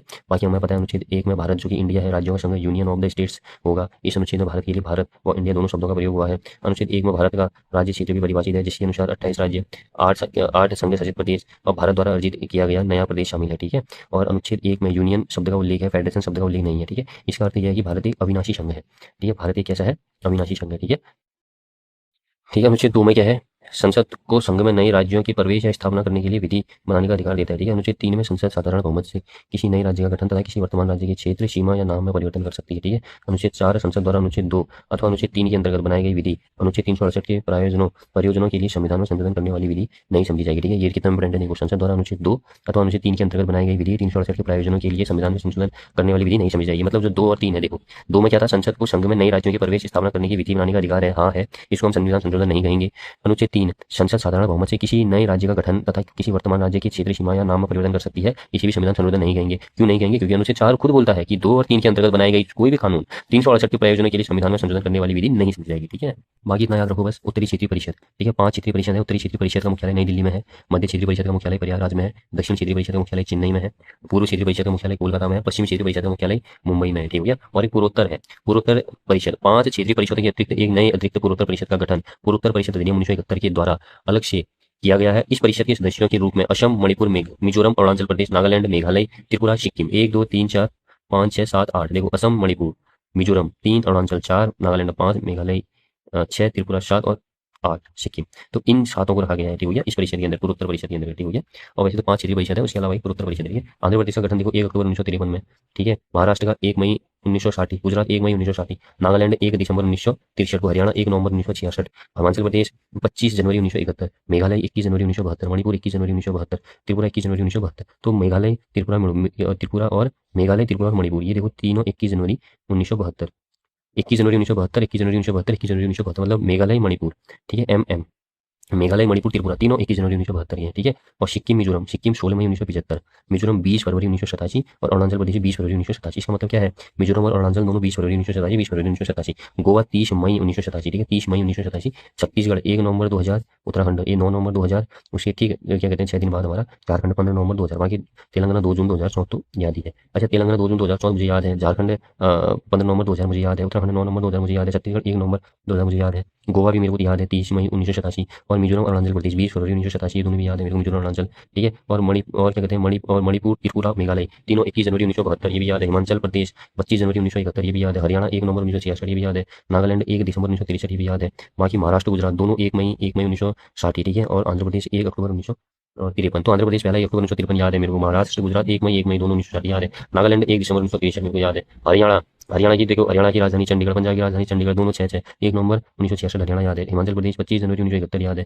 मेघालय 21 जनवरी 1972, मणिपुर 21 जनवरी 1972, त्रिपुरा 21 जनवरी 1972 तीनों याद है। सिक्किम 16 मई 1975 याद है। मिजोरम 20 फरवरी 1987, अरुणाचल प्रदेश 20 फरवरी 1987 याद है। गोवा 30 मई 1987 याद है। छत्तीसगढ़ 1 नवंबर 2000 याद है। उत्तराखंड 9 नवंबर 2000 याद है। झारखंड 15 नवंबर 2000 याद है। और तेलंगाना 2 जून 2014 याद है। देखो नागरिकता, देखो भाग 2 अनुच्छेद 5 से 11 तक नागरिकों का प्रावधान है।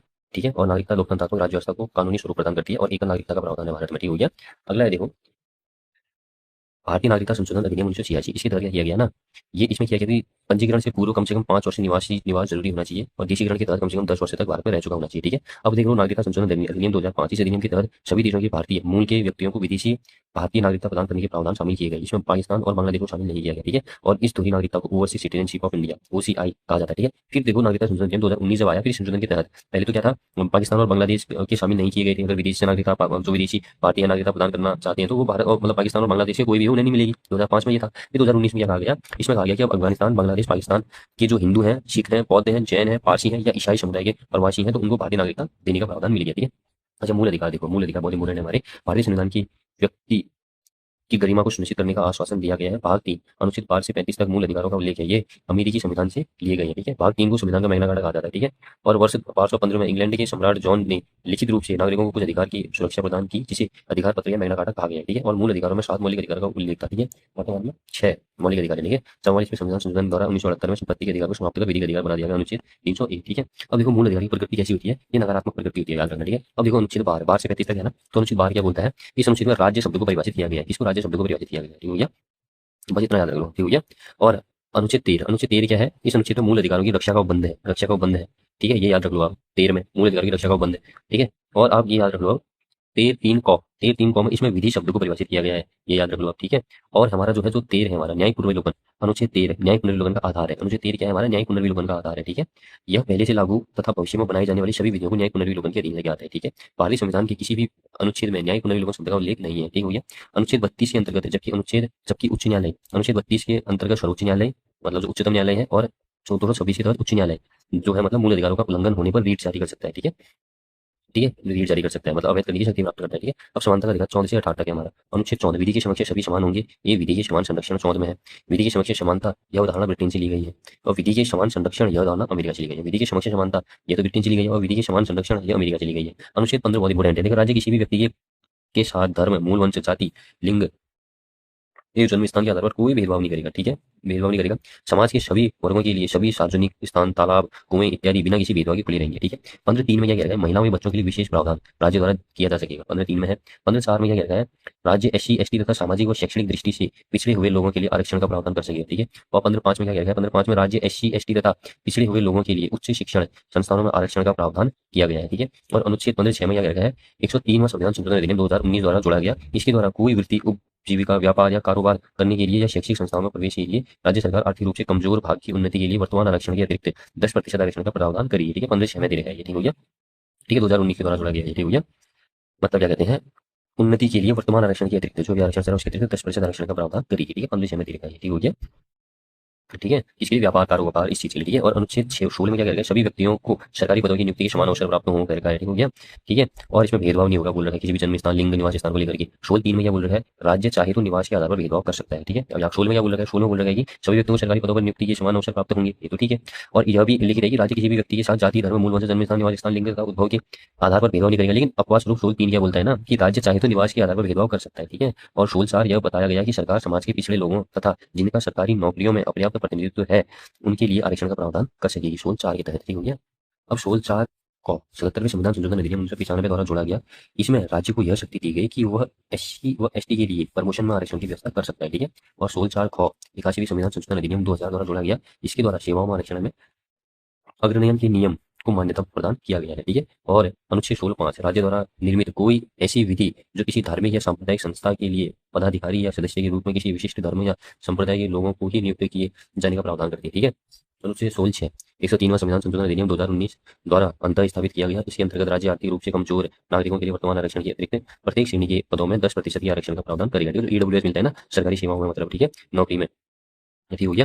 तो वो जो है किसी तहत मिलता है, इसी के तहत मिलता है, 16(6) के तहत, ठीक है। 103वां संविधान संशोधन 2019 के द्वारा ये स्थापित किया गया, ठीक हो गया। आर्थिक रूप से कमजोर नागरिकों के लिए वर्तमान आरक्षण के अतिरिक्त प्रत्येक श्रेणी के पदों में जो भी पद होंगे ना, जो 10% का मिलता है EWS है 16(6) में, ठीक है। और 17 जो है इसके द्वारा अस्पृश्यता, छुआछूत पर रोक लगाई जाती है, ठीक है। अस्पृश्यता को समाप्त करने के लिए वर्ष 1955 में नागरिक अधिकार संरक्षण अधिनियम बनाया गया था, ठीक हो गया। और इसके अलावा SC तथा ST के विरुद्ध अत्याचारों को रोकने हेतु अनुसूचित जाति जनजाति अत्याचार निवारण अधिनियम 1989 भी बनाया गया है, ठीक है। तो अनुच्छेद 18 राज्य, सेना या शिक्षा संबंधी सम्मान की सिवाय और कोई उपाधि प्रदान नहीं करेगा, ठीक हो गया, ठीक हो गया। और कोई भी भारत का नागरिक राष्ट्रपति की अनुमति के बिना किसी अन्य देश से कोई उपाधि नहीं लेगा, ठीक है। स्वतंत्रता का अधिकार 19 से 22 अनुच्छेद 19(1) में क्या है, मूल संविधान में 7 स्वतंत्रताएं प्रदान थी, ठीक है। वर्तमान में 6 ही है, ठीक है। अच्छा, A में क्या है, 19A में भाषण एवं अभिव्यक्ति की स्वतंत्रता, B में क्या है, बिना हथियारों या शांतिपूर्वक सम्मेलन की स्वतंत्रता, C में क्या है, संगठन या संघ बनाने की स्वतंत्रता, D में क्या है, घूमने फिरने की स्वतंत्रता, E में क्या है, रहने या बचने की स्वतंत्रता, ठीक है। और G में क्या है, व्यापार या वाणिज्य की स्वतंत्रता, ठीक हो गया। तो ए में मैंने बता दिया भाषण अभिव्यक्ति की स्वतंत्रता, बी में आप बिना हथियार और शांतिपूर्वक सम्मेलन की व्यवस्था कर सकते हो, संगठन या संघ बनाने की स्वतंत्रता, सी में घूमने फिरने की स्वतंत्रता, डी में रहने या बचने की स्वतंत्रता, ई में, और जी में व्यापार या वाणिज्य करने की स्वतंत्रता, ठीक है। कोई भी व्यापार करो आप, ठीक है। और एफ मतलब डिलीट कर दिया, ठीक है। और 44वें संविधान संशोधन के तहत, ठीक है, 1978 के द्वारा इसमें क्या था, संपत्ति अर्जित करने की स्वतंत्रता है, ठीक है। 19(1) F को समाप्त कर दिया गया, ठीक है। प्रेस की स्वतंत्रता तथा सूचना का अधिकार, इन दोनों को भाषण अभिव्यक्ति की स्वतंत्रता का भाग माना जाता है, ठीक है। अनुच्छेद 20 इसके अंतर्गत 3 बातों का उल्लेख है, जब किसी व्यक्ति ने अपराध किया है उस व्यक्ति को उस समय के कानून के तहत ही सजा दी जाएगी, ठीक है। बी में क्या है, 3 बातों का उल्लेख है अनुच्छेद 20 में, एक व्यक्ति को एक अपराध के लिए दी जान मतलब क्या कहते हैं, 2 सजा नहीं दी जा सकती है, ठीक है। किसी भी व्यक्ति को स्वयं के विरुद्ध गवाही देने के लिए बाध्य नहीं किया जा सकता, ठीक है। ये ABC, ठीक हो गया। बाकी जो सख्त कानून होगा उसकी तरह सजा मिलेगी, 2 सजा नहीं मिलेगी, स्वयं के विरुद्ध गवाही के लिए बाध्य नहीं किया जाएगा, ठीक है। 21 में क्या है, इसके तहत सभी व्यक्तियों को प्राण एक तथा दैहिक स्वतंत्रता का अधिकार प्राप्त है, ठीक है। प्राण तथा दैहिक स्वतंत्रता का अधिकार प्राप्त है किसी तरह, ठीक है। सर्वोच्च न्यायालय ने अपने विभिन्न निर्णयों में इस अधिकार के अंतर्गत लगभग 60 ही अन्य अधिकारों को स्वीकार किया है। इनमें से कुछ वाद निम्नलिखित है, ठीक है। विदेश जाने का अधिकार, मेनका गांधी बनाम भारत संघ 1978, ठीक है। निजता का अधिकार पुट्टा स्वामी केस 2017 वाला है। शुद्ध जल और वायु प्राप्त करने का अधिकार सुभाष कुमार बनाम बिहार राज्य का 1991 का। और चिकित्सा सहायता प्राप्त करने का अधिकार परमानंद कटारा बनाम भारत संघ वर्ष 1989 का है। अनुच्छेद 21 को 6 से 14 वर्ष के सभी बच्चों को अनिवार्य निःशुल्क प्राथमिक शिक्षा प्राप्त करने का अधिकार होगा, ठीक हो गया। और 86वें संविधान संशोधन अधिनियम द्वारा वर्ष 2002 में इस अनुच्छेद को जोड़ा गया है, ठीक है। और अनुच्छेद 22 किसी भी व्यक्ति को गिरफ्तार करते समय जो अधिकार प्राप्त होते हैं उन अधिकारों का उल्लेख इस अनुच्छेद में है। प्रत्येक व्यक्ति को अपनी गिरफ्तारी के कारणों को जानने का अधिकार है, ठीक है। उसे वकील की सहायता प्राप्त करने का अधिकार है, ठीक है। इसे 24 घंटे के भीतर मजिस्ट्रेट की समक्ष उपस्थित होने का अधिकार है, ठीक है। अनुच्छेद 22 में यह भी उल्लिखित है कि किसी व्यक्ति को निरोधक कानून के तहत गिरफ्तार किया जाता है तो उसे ये सभी अधिकार प्राप्त नहीं होंगे, ठीक हो गया। जो ये अधिकार दिया ना, ये अधिकार प्राप्त नहीं होंगे अगर उसे अनुच्छेद 22 में यह भी उल्लिखित किया गया है कि अगर सर निरोधक कानून जो आतंकवाद वाला होता है ना उसके तहत गिरफ्तार करोगे तो आपको ये अधिकार नहीं मिलेंगे, ठीक है। शोषण के विरुद्ध अधिकार 23-24 इसके तहत बेकार प्रथा तथा मानव व्यापार पर रोक लगाई गई है। अनुच्छेद 23 में यह भी उल्लिखित है कि सरकार चाहे तो राष्ट्रीय हित में लोगों से काम भी करवा सकती है, 23 में ये भी उल्लिखित है, ठीक है। और 24 में इसके तहत यह प्रावधान किया गया है कि 14 वर्ष से कम आयु के बच्चों को किसी भी खतरनाक कारखाने में किसी भी प्रकार का कोई कार्य नहीं करवाया जाएगा। और धार्मिक स्वतंत्रता का अधिकार अनुच्छेद 25 से 28। 25 से इस अनुच्छेद के तहत सदाचार, लोक व्यवस्था तथा स्वास्थ्य के अंतर्गत रहते हुए सभी व्यक्तियों को अंतःकरण की स्वतंत्रता, अपने अपने धर्मों को मानने, उसका प्रचार और प्रसार करने तथा धर्मों के अनुरूप आचरण करने का अधिकार होगा। इस अनुच्छेद में यह बात का स्पष्ट उल्लेख है कि आर्थिक प्रलोभन या दबाव में धर्म परिवर्तन करने पर रोक लगाई जा सकती है। ठीक है। ठीक है। और यह भी उल्लिखित है कि हिंदू धर्म के सभी स्थल समाज के सभी वर्गों के लिए खुले रहेंगे। ठीक है। और इसमें यह भी उल्लिखित है कि यहाँ हिंदू का अर्थ सिख, यहाँ हिंदू का अर्थ सिख, जैन और बौद्ध से भी है। ठीक है। और इसमें यह भी उल्लिखित है कि शिवों द्वारा कृपाण का धारण मतलब कृपाण धारण मतलब क्या कहते हैं करना धर्म के अनुरूप आचरण है। ठीक है। तो 25 में ये चीज है। ठीक है। और 26 में क्या है, सदाचार, लोक व्यवस्था तथा स्वास्थ्य के लिए मतलब स्वास्थ्य के अधीन रहते हुए सभी व्यक्तियों को, ठीक है, अपनी धार्मिक संस्थाओं को स्थापित करने की मतलब क्या कहते हैं, करने की छूट है, उनका प्रबंधन करने की छूट है, जंगम व स्थावर संपत्ति को अर्जित करने की और उस संपत्ति का प्रबंधन या उपयोग करने का अधिकार होगा। ठीक है। तो 26 के अंतर्गत क्या होगा, सदाचार, लोक व्यवस्था तथा स्वास्थ्य के अधीन रहते हुए सभी व्यक्तियों को अपनी धार्मिक संस्थाओं को स्थापित करने का अधिकार होगा, उनका प्रबंधन करने का, जंगम व स्थावर संपत्ति को अर्जित करने का और उस संपत्ति का प्रबंधन या उपयोग करने का अधिकार होगा। ठीक है।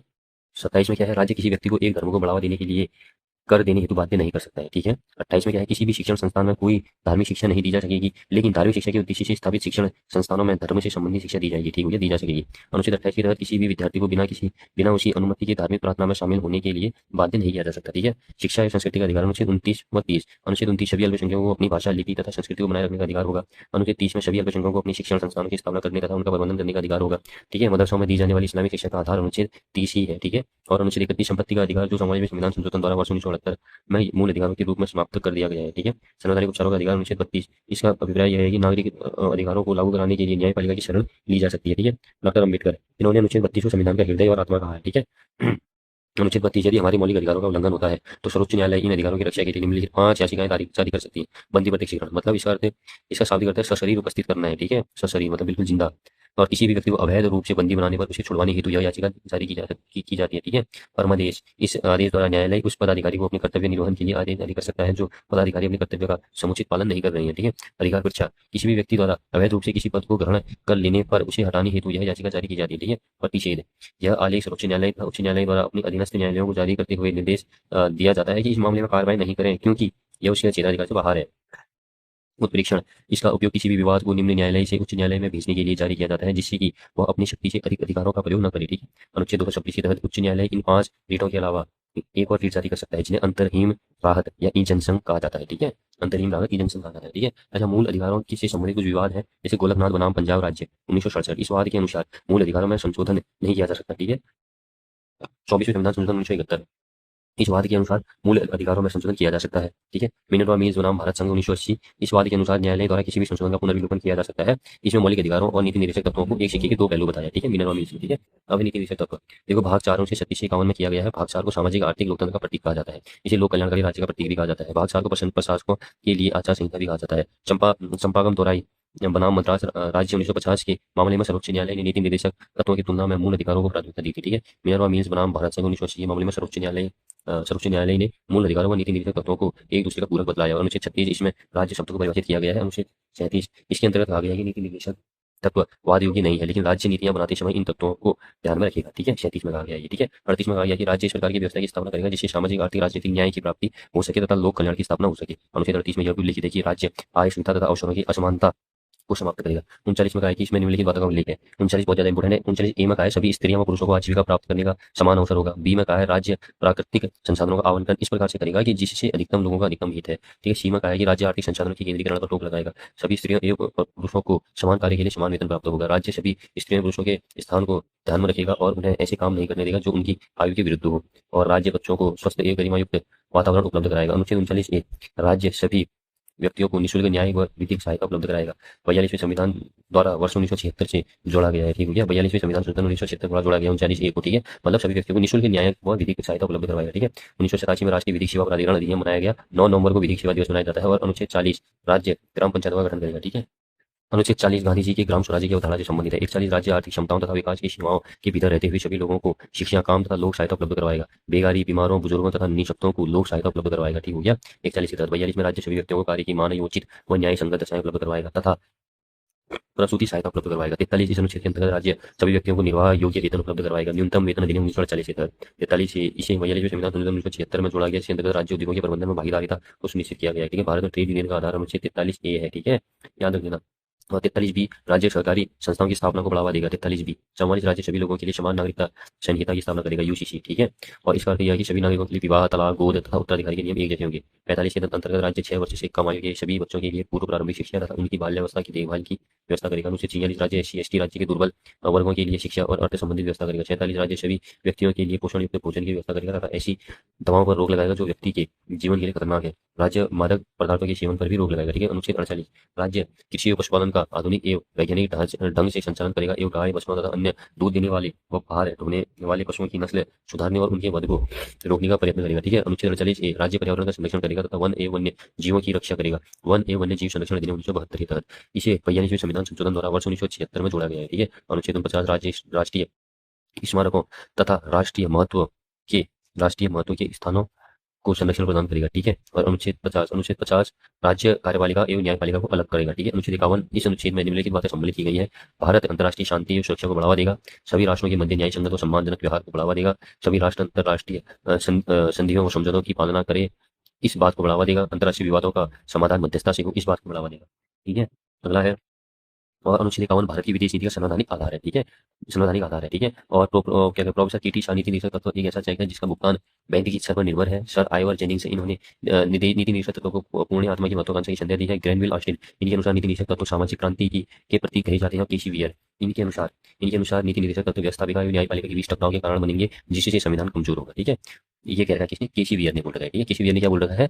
इनके अनुसार नीति निरीक्षक तत्व व्यवस्थापिका एवं न्यायपालिका के बीच टकराव के कारण बनेंगे जिससे संविधान कमजोर होगा। मूल कर्तव्य देखो भाग 4 के अनुच्छेद 51A में है। मूल संविधान में इनका उल्लेख नहीं था। सरदार सरोवर सिंह समिति की सिफारिश और 42वें संविधान संशोधन द्वारा वर्ष 1976 में इनको तोड़ा गया। ठीक है, और उस समय इनकी संख्या 10 थी। ठीक है, 86वें संविधान संशोधन द्वारा वर्ष 2002 में 11वां मूल कर्तव्य जोड़ा गया और इनकी अवधारणा सोवियत संघ रूस से ली गई है। ठीक है, मूल कर्तव्य निम्नलिखित है। संविधान का पालन करें और उसके आदर्शों, संस्थाओं, राष्ट्रध्वज और राष्ट्रगान का आदर करें। ठीक है, ये इसमें है हमारा ए वाली कर्तव्य है ना। ए में क्या है? संविधान का पालन करें और उसके आदर्श संस्थाओं, राष्ट्रध्वज और राष्ट्रगान का आदर करें। बी में क्या है? स्वतंत्रता के लिए हमारे राष्ट्रीय आंदोलन को प्रेरित करने वाले उच्च आदर्शों को हृदय में संजोए रखें और उनका पालन करें। सी में क्या है? भारत की संप्रभुता, एकता, अखंडता की रक्षा करें और उसे अक्षुण्ण रखें। डी में क्या है? देश की रक्षा करें, आह्वान किए जाने पर राष्ट्र की सेवा करें। ई में क्या है? भारत के सभी लोगों में समरसता और समान भातृत्व की भावना का निर्माण करें जो धर्म, भाषा और प्रदेश या वर्ग पर आधारित सभी भेदभावों से परे हो। ऐसी प्रथाओं का त्याग करें जो स्त्रियों के सम्मान के विरुद्ध है। ठीक है, सम्मान के विरुद्ध है। हमारी सामाजिक संस्कृति की गौरवशाली परंपरा एवं महत्व समझें और उसका परीक्षण करें। किसमें? एफ में है, ये एफ में। ठीक है,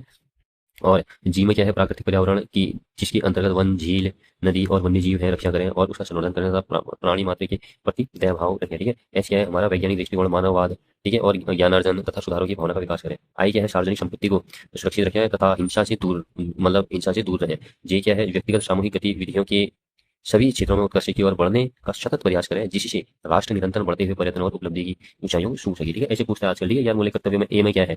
ठीक है, तो ए में क्या है? संविधान का पालन करें। ठीक हो गया, आदर्शों, संस्थाओं, राष्ट्रध्वज व राष्ट्रगान का आदर करें। आप ऐसे याद रखें। एक और एंथम में क्या आ गया हमारा? राष्ट्रगान आ गया। ठीक है, ऐसे याद रख लें। राष्ट्रगान, राष्ट्रध्वज आ गया। ठीक है, बी क्या है? बी हमारा क्या?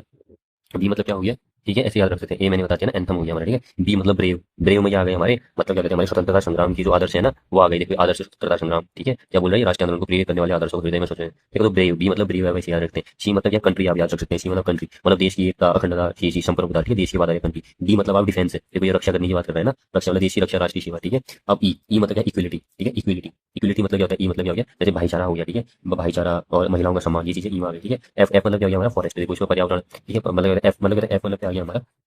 ठीक है, ऐप में आ गया हमारे, जैसे मतलब क्या कहते हैं? फाइन कल्चर या फैंसी कल्चर याद रख सकते हो आप, फेमस याद रख सकते हो। ठीक है, फेमस कल्चर या फाइन कल्चर, ऐसे मतलब फिर संस्कृति की बात हो गई। ठीक है, जी मतलब क्या हो गया हमारा? कहते हैं ग्लोबल या ग्रीन याद रख लो। ग्रीन ये प्राकृतिक पर्यावरण, ऐसे याद रख लो। जी मतलब ग्रीन, ऐसे मतलब आप क्या करो? ह्यूमनिज्म याद रख लो, मतलब मानववाद, मतलब वैज्ञानिक दृष्टिकोण, मानवतावाद, ह्यूमनिज्म आप इसमें याद रख लो। ठीक है, और आई मतलब क्या हो गया आपका? क्या कहते हैं? इंप्रूव हो गया या इनकम हो गया आपका। ठीक है, संपत्ति, इनकम इंप्रूव हो गया, मतलब की हो गया, मतलब सार्वजनिक संपत्ति की सुरक्षा, ऐसे याद रखते हो। जी मतलब क्या हो गया आपका? Job best. जॉब बेस्ट का मतलब क्या हो गया? अब जैसे मतलब उत्कर्ष, क्या है? उत्कर्षता के लिए प्रयास, मतलब उत्कर्ष की ओर बढ़ते हुए सतत प्रयास कर रहे हैं ना, उत्कर्षता के लिए प्रयास कर रहे हो, आपको क्या मिलेगी? जॉब बेस्ट मिलेगी। ठीक है, ए और फिर याद कर देता हूँ, ए आर की यार। ठीक है, अब ऐसे याद रखो। ए मतलब कितने यार वाली करते हुए ना, ए से लेकर क्या जे तक, A B C D E F G H I J मतलब आई जी था, ठीक है। ये मैंने बता दिया एंथम, एंथम से आप तुरंत पकड़ोगे आप राष्ट्रध्वज या राष्ट्रगान ऐसी। बी मतलब ब्रेव, ब्रेव मतलब क्या है, बी मतलब स्वतंत्रता संग्राम के जो आदर्श है वो हो गए। सी मतलब क्या है, कंट्री हुई है, कंट्री की बात हुई है, अखंडता, एकता, संप्रभुता, भारत की, मतलब भारत की बात हो रही है ना, तो भारत की कंट्री है हमारा, ठीक है। डी मतलब डिफेंस हो गया, देखो देशी रक्षा की बात आ गई। ई मतलब क्या है, इक्विलिटी हो गया, इक्विलिटी मतलब क्या होता है, भाईचारा होता है, महिलाओं का सम्मान, ये चीजें। एफ मतलब क्या है, फैंसी कल्चर, मतलब संस्कृति, गौरवशाली परंपरा, परंपरा, ठीक है। जी मतलब क्या हो गया आपका, ग्रीन हो गया, मतलब ग्लोबल प्राकृतिक पर्यावरण हो गया, ठीक है। एस मतलब क्या हो गया, ह्यूमनिज्म हो गया आपका, ह्यूमनिज्म, मानववाद, दृष्टिकोण, वैज्ञानिक दृष्टिकोण, ये चीज हो गया, ठीक है। आई मतलब क्या हो गया, आप इनकम समझ लो, संपत्ति की बात हो रही है, इनकम या इंप्रूव, ठीक है, ऐसे कर सकते हो। जे मतलब क्या है, जे मतलब उत्कृष्टता के लिए प्रयास, मतलब कि व्यक्तिगत और सामूहिक गतिविधियों के सभी क्षेत्रों में उत्कृष्ट की ओर बढ़ने का सतत प्रयास करें, जिससे राष्ट्र निरंतर बढ़ते हुए प्रयत्नों और उपलब्धियों से छू सके। तो अंतिम में जे है, अगर ये सब आप चीज करोगे तो जे मतलब आपको जॉब बेस्ट मिलेगी, ऐसे याद रखो, उत्कृष्ट की ओर बढ़ने का सतत प्रयास, ठीक है। ठीक है, अब हमारा 11वां हमारा जो है, जिसे के, अब इसको 86वें संविधान संशोधन द्वारा 2002 में जोड़ा गया, 86वें संविधान संशोधन द्वारा 2002 में जोड़ा गया। के मतलब आप ऐसे याद रख सकते हो, किड्स, ये मतलब किड्स याद रख लो आप, ठीक है, किड्स याद रख लो। माता पिता या संरक्षक हैं यदि, तो 6 वर्ष से 14 वर्षों तक के आयु वाले अपने यथास्थिति बालक या प्रतिबाल्य के लिए शिक्षा के अवसर प्रदान करना, ठीक है। ये मतलब किड्स, ठीक है। पहले तो 10 ही थे हमारे भैया, इस संविधान संशोधन 1976 के द्वारा स्वर्ण सिंह समिति की सिफारिश पर 10 थे, अब 11वां भी जोड़ दिया है, ठीक है, जो के हो गया हमारा, ठीक है। तो 86वें संविधान संशोधन 2002 के तहत जोड़ा गया है। इसमें किसी किड से याद रख लो, किड से मतलब माता पिता या संरक्षक, मतलब जो भी संरक्षक होगा ना बच्चे का, तो 6 से 14 वर्ष तक उसको शिक्षा मतलब देना, मतलब क्या करें ना, मतलब कहते हैं शिक्षा का अवसर देना उसकी जिम्मेदारी होगी, ठीक है। और देखो, मूल कर्तव्य का पालन नहीं करने में किसी भी प्रकार की कोई सजा का प्रावधान नहीं है, ये पॉइंट याद रख लेना। और मूल कर्तव्य में राष्ट्रीय गीत नामक शब्द का उल्लेख नहीं है, जो मैंने ये बोला ना, एंथम में भी मैंने बोला राष्ट्रगान है, ठीक है, गीत का नहीं है, ठीक है, राष्ट्रीय गीत का उल्लेख नहीं है, ठीक है। देखो अब संघीय कार्यपालिका, ठीक है, संघीय कार्यपालिका, संघीय कार्यपालिका, इसमें कौन आता है, एक तो आते हैं हमारे राष्ट्रपति, ठीक है। तो सबसे पहले राष्ट्रपति के बारे में जानेंगे। अच्छा, अनुच्छेद 52 भारत का एक राष्ट्रपति होगा, ठीक है, कोई दिक्कत नहीं है, ठीक है, ये कहा गया है। और योग्यता क्या रहेंगी, हमें पता है कि 35 वर्ष का न्यूनतम होनी चाहिए, और भारत का नागरिक हो, और लोकसभा का सदस्य निर्वाचित होने की योग्यता भी रखता हो, किसी लाभ के पत्र न हो, ठीक है। और अनुच्छेद 58 इंपोर्टेंट है कि राष्ट्रपति निर्वाचित होने के लिए अर्हताओं का उल्लेख है, जो निर्वाचित होने के लिए जो अर्हताएं चाहिए होती है ना, वो 58 में है, ठीक है। और अनुच्छेद 58 में यह स्पष्ट लिखा गया है कि राष्ट्रपति, उपराष्ट्रपति, राज्यपाल, केंद्र या राज्य का मंत्री लाभ के पद के दायरे में नहीं आते हैं, ठीक है, 58 में ही लिखा है, ठीक है। अनुच्छेद 71 में क्या लिखा है, देखो, राष्ट्रपति उपराष्ट्रपति के चुनाव से संबंधित विवादों की सुनवाई केवल सर्वोच्च न्यायालय ही करेगा, उसके द्वारा दिया गया निर्णय अंतिम होगा, ठीक है। चुनाव अवैध घोषित होने पर भी उस दौरान राष्ट्रपति द्वारा किए गए कार्य अवैध नहीं होंगे, ठीक है, वैध ही होंगे, ठीक है, वैध होंगे। अगला है राष्ट्रपति का निर्वाचक मंडल, ठीक है। अब हमारा देखो 54 में राष्ट्रपति के निर्वाचक मंडलों का उल्लेख है।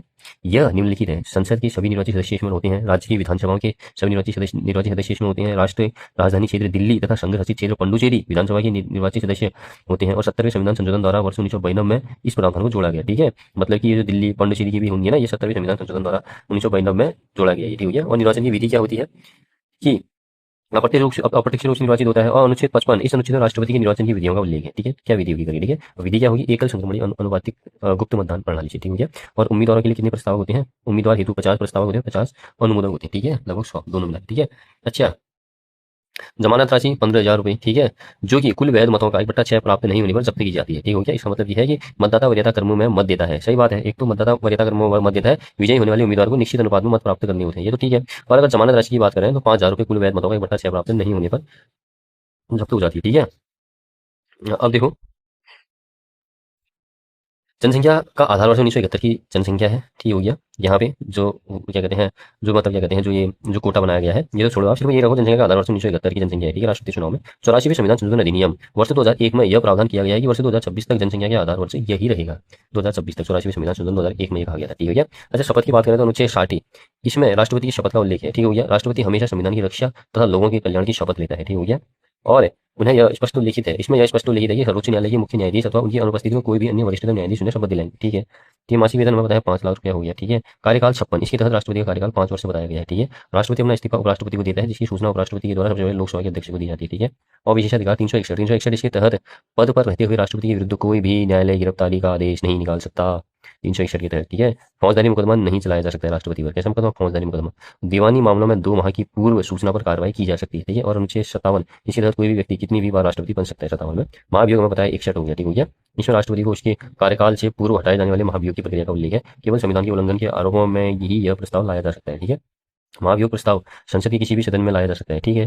प्रस्ताव लाने हेतु उच्च सदन अथवा निम्न सदन की कुल सदस्य संख्या का 1/4 सदस्यों का समर्थन होना आवश्यक है, ठीक है। प्रस्ताव पर चर्चा से 14 दिन पूर्व राष्ट्रपति को इसकी सूचना देनी होती है, ठीक हो गया। राष्ट्रपति अपना पक्ष रख सकते हैं, ठीक है।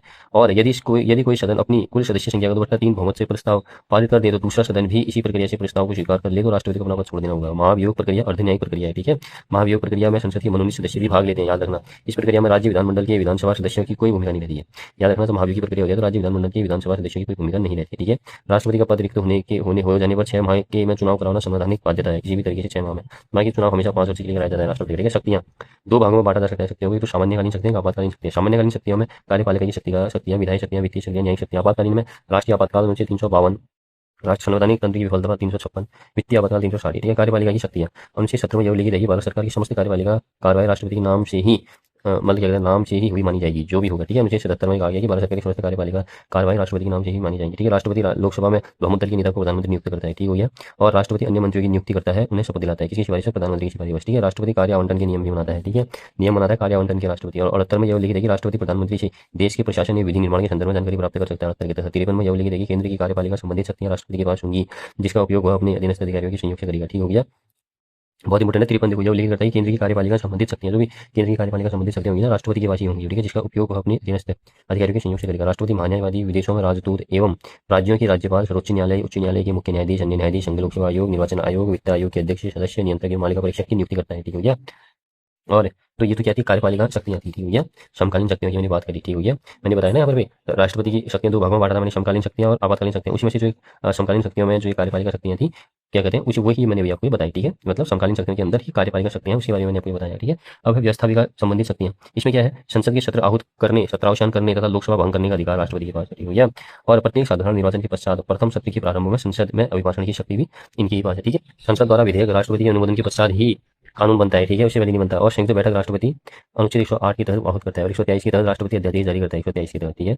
न्यायिक शक्तियों की मैं बात करूं तो न्यायिक शक्तियों में क्या आएंगी? 72। इसके तहत राष्ट्रपति किसी भी व्यक्ति की सजा, लघुकरण, परिहार, निलंबन कर सकते हैं, ठीक है। और 143 में प्रेसिडेंशियल रेफरेंस, राष्ट्रपति किसी भी विषय पर सर्वोच्च न्यायालय से परामर्श ले सकता है, ठीक है। बाकी हमारी ये वित्तीय शक्तियां। वित्तीय शक्तियों में क्या है?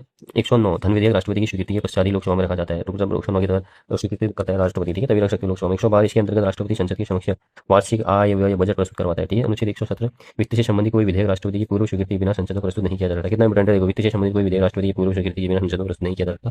117, ठीक है। आपातकालीन शक्तियां, राष्ट्रीय आपातकाल 352, इसमें यह उल्लेखित है कि निम्नलिखित 3 परिस्थितियों की केवल संभावनाएं होने पर भी राष्ट्रीय आपातकाल लगाया जा सकता है, ठीक हो गया। ये 3 परिस्थितियां: बाह्य आक्रमण, भारत द्वारा किसी युद्ध में शामिल हो जाने पर, और आंतरिक अशांति, ठीक है। और इसी आंतरिक अशांति को 44वें संविधान संशोधन द्वारा 1978 में आंतरिक अशांति के स्थान पर सशस्त्र विद्रोह शब्द लिखा गया है, ठीक है। और 3 बार आपातकाल लगाया: 1962 में बाह्य आक्रमण, 1971 बाह्य आक्रमण, 1975 आंतरिक अशांति, और 26 जून को काला दिवस के रूप में मनाया जाता है, ठीक हो गया। क्यों कहा जाता है? 26 जून 1975 को आंतरिक अशांति के तहत ही लगा दिया था, ठीक हो गया। और राज्यों में संवैधानिक तंत्र की विफलता, ठीक हो गया। देखो 356, ठीक है, ये आपातकालीन शक्तियां बता रहा हूँ मैं। 356 इस अनुच्छेद के तहत यदि किसी राज्य का संवैधानिक तंत्र विफल हो जाता है तो उस राज्य को हटाकर राष्ट्रपति शासन लगाया जा सकता है, ठीक है। अगला है वित्तीय आपातकाल 360, देश में आर्थिक संकट आ जाने पर राष्ट्रपति द्वारा वित्तीय आपातकाल लगाया जा सकता है। उच्चतम न्यायालय के न्यायाधीशों का वेतन कम किया जा सकता है। राज्य सरकारों के बजट केंद्र सरकार की अनुमति से लागू होता है, ठीक हो गया। और राष्ट्रपति की वीटो शक्तियां, 3 प्रकार की वीटो शक्तियां होती है। तो पूर्ण वीटो, ठीक है, किसी विधेयक पर स्वीकृति देने से इनकार कर देगा। निलंबित वीटो, विधेयक को पुनर्विचार के लिए लौटाना। पॉकेट वीटो, विधेयक को अनिश्चितकालीन के लिए लंबित कर रखना, ठीक है। और पॉकेट वीटो का प्रयोग ज्ञानी जैल सिंह ने 1986 में भारतीय टाक विधेयक के संदर्भ में किया था, ठीक है।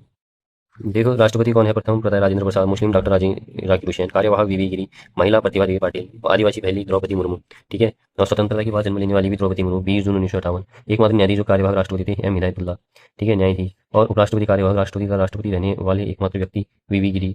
एकमात्र निर्विरोध चुने गए राष्ट्रपति नीलम संजीव रेड्डी, भारत के राष्ट्रपति बनने वाले पहले लोकसभा अध्यक्ष नीलम संजीव रेड्डी, ठीक है क्या। और अब है उपराष्ट्रपति। 63 बोलता है कि भारत एक उपराष्ट्रपति होगा। 64 बोलता है कि इसके अंतर्गत उपराष्ट्रपति राज्यसभा का पदेन सभापति होता है, ठीक है। 65 बोलता है राष्ट्रपति का पद रिक्त होने पर उपराष्ट्रपति कार्यवाहक राष्ट्रपति के रूप में कार्य करेगा। निर्वाचक मंडल इनका 66 में, ठीक है। इस चुनाव में संसद के सभी सदस्य भाग लेते हैं, मनोनीत भी और निर्वाचित भी, ठीक है। और इस चुनाव में राज्य विधानसभा के सदस्य भाग नहीं लेते हैं, ठीक है। निर्वाचन विधि क्या होती है? इनकी एकल संक्रमण अनुपातिक गुप्त मतदान प्रणाली। इसमें 20 प्रस्तावक, 20 अनुमोदक होते हैं। जमानत राशि वही 15,000 रुपये। वैध मुद्दा बटा 6 भाग अगर प्राप्त नहीं हुआ है तो योग्यताएं अनुच्छेद 66(3) में है इसकी। नागरिक होना चाहिए, 35 वर्ष, राज्यसभा का सदस्य बनने योग्यता होनी चाहिए, लाभ ये पद पर न हो, ठीक है। यहाँ ये बात ध्यान रखने वाली होगी, राष्ट्रपति में लोकसभा के लिए की योग्यता रखता हो और ये राज्यसभा की योग्यता रखता हो। 69 जो है उपराष्ट्रपति द्वारा शपथ, राष्ट्रपति या उसके किसी प्रतिनिधि के द्वारा राष्ट्रपति को संविधान के प्रति निष्ठा की शपथ दिलाई जाती है, ठीक है। 69 में शपथ, कार्यकाल वही 5 वर्ष का, ठीक है। कैसे हटा सकते हो? उपराष्ट्रपति हटाने हेतु प्रस्ताव राज्यसभा में लाया जाता है, ठीक है। 100 दिन पहले सूचना देनी होती है, ठीक हो गया। और क्या कहते हैं, उपराष्ट्रपति को 4 लाख रुपये मिलता है, क्या प्रति माह वेतन, ठीक है।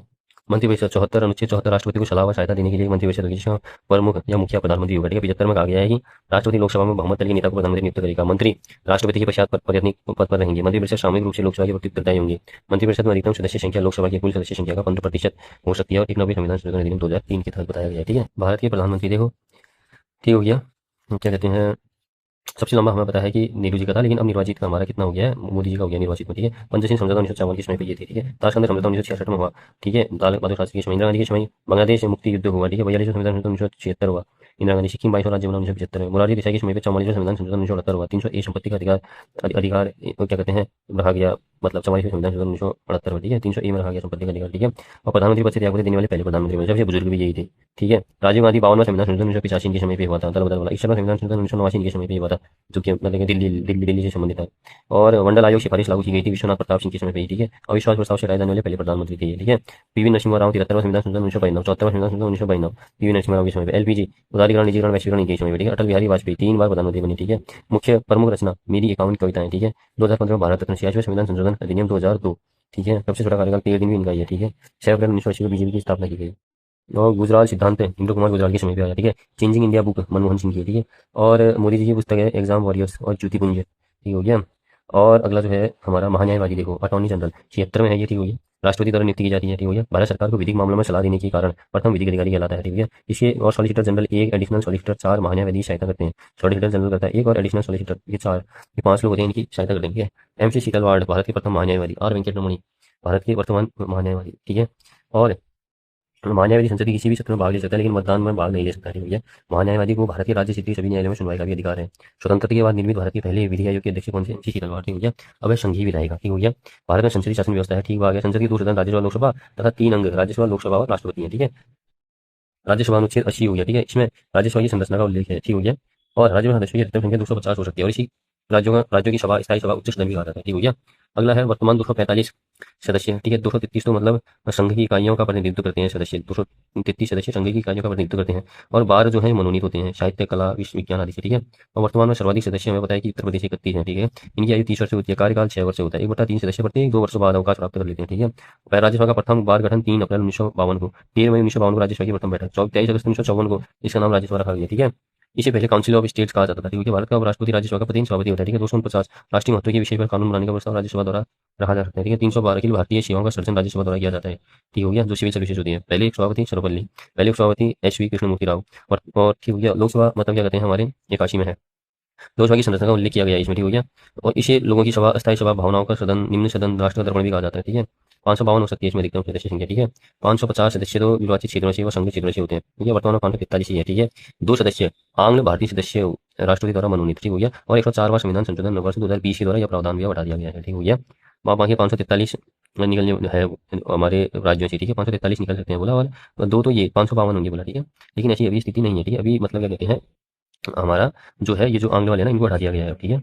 और पहली लोकसभा का गठन 17 अप्रैल 1952, लोकसभा की पहली बैठक 13 मई 1952, 25 वर्ष आयु, कार्यकाल 5 वर्ष, चुनाव की पद्धति फर्स्ट पास्ट द पोस्ट प्रणाली। और पहले उपाध्यक्ष श्री M अनंत शैनम अय्यंगर, ठीक हो गया। लोकसभा के पहले अध्यक्ष वासुदेव गणेश वासुदेव मावलंकर, ठीक हो गया।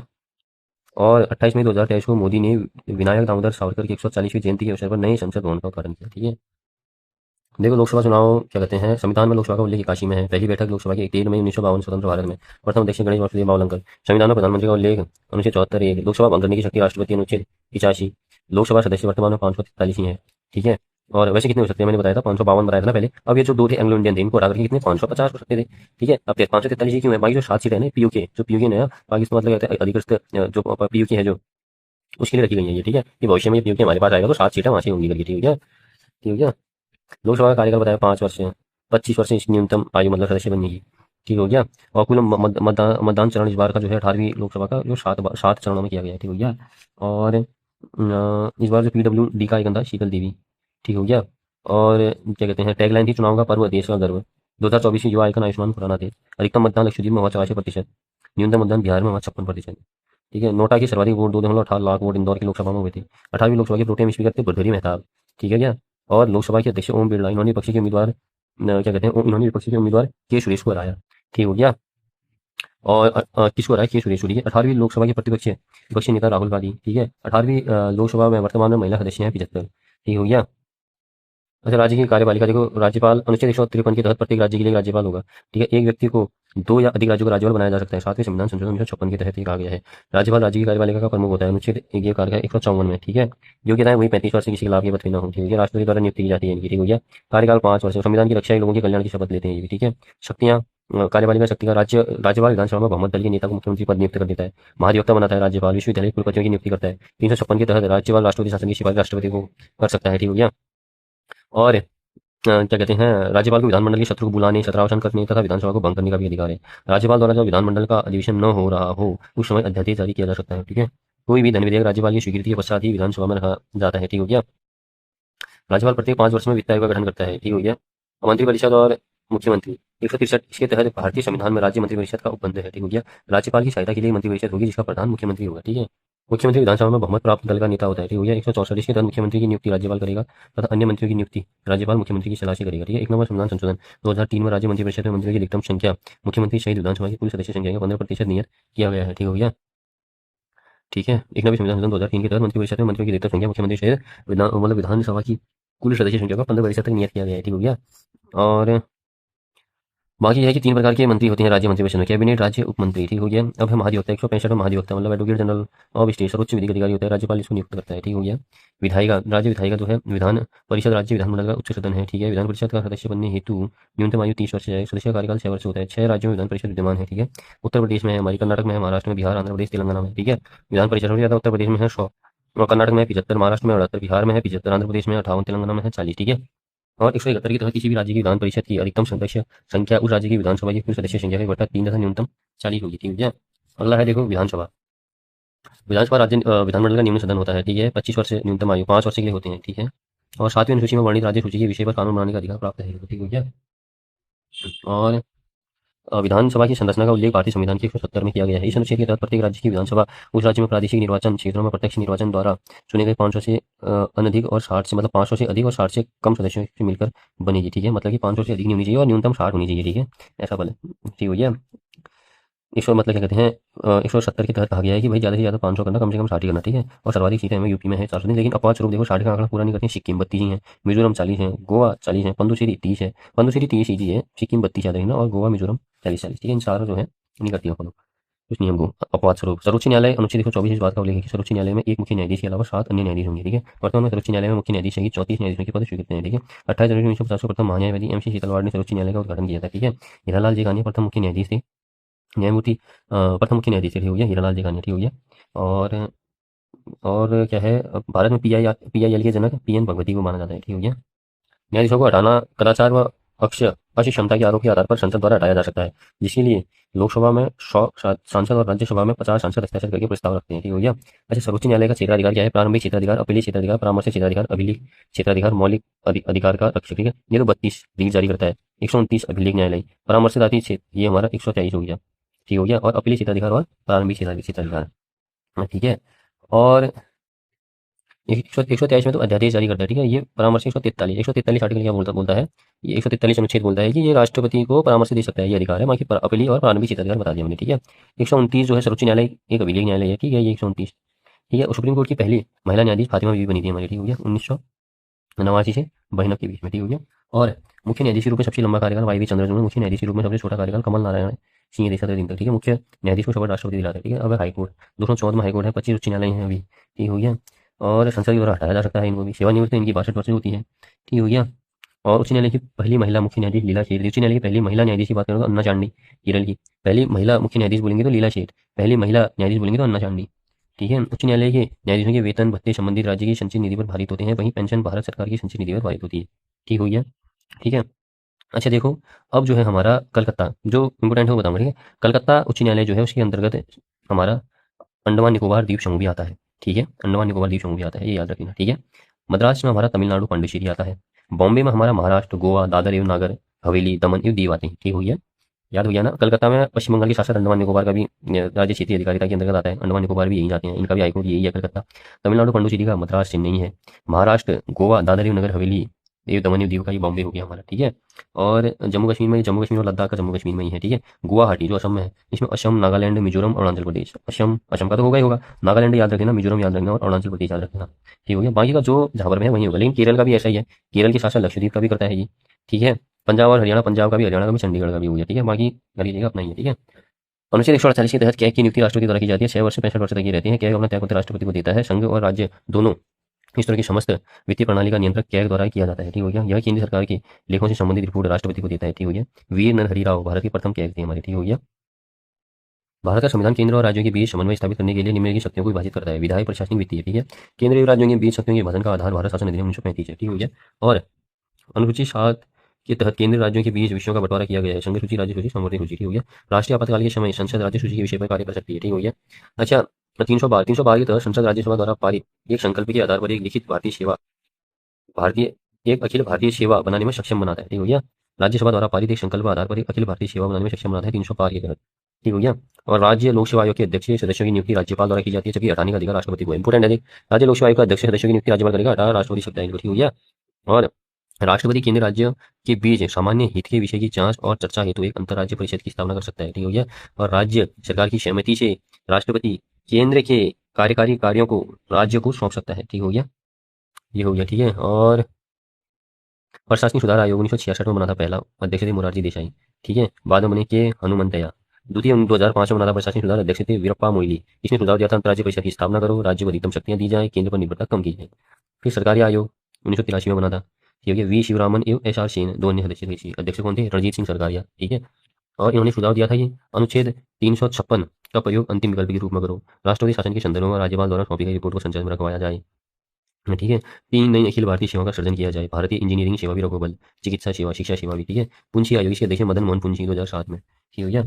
और क्या कहते हैं, इनके सुझाव ये थे कि राज्यपाल को हटाने के लिए विधानमंडल में महाभियोग जैसी प्रक्रिया होनी चाहिए, राज्य सरकार की अनुमति के बिना अर्धसैनिक बल राज्यों में नहीं भेजे जाने चाहिए, राजनीति में सक्रिय व्यक्ति को राज्यपाल के पद पर नियुक्त नहीं किया जाना चाहिए। अंतर्राज्यीय परिषद देखो 263।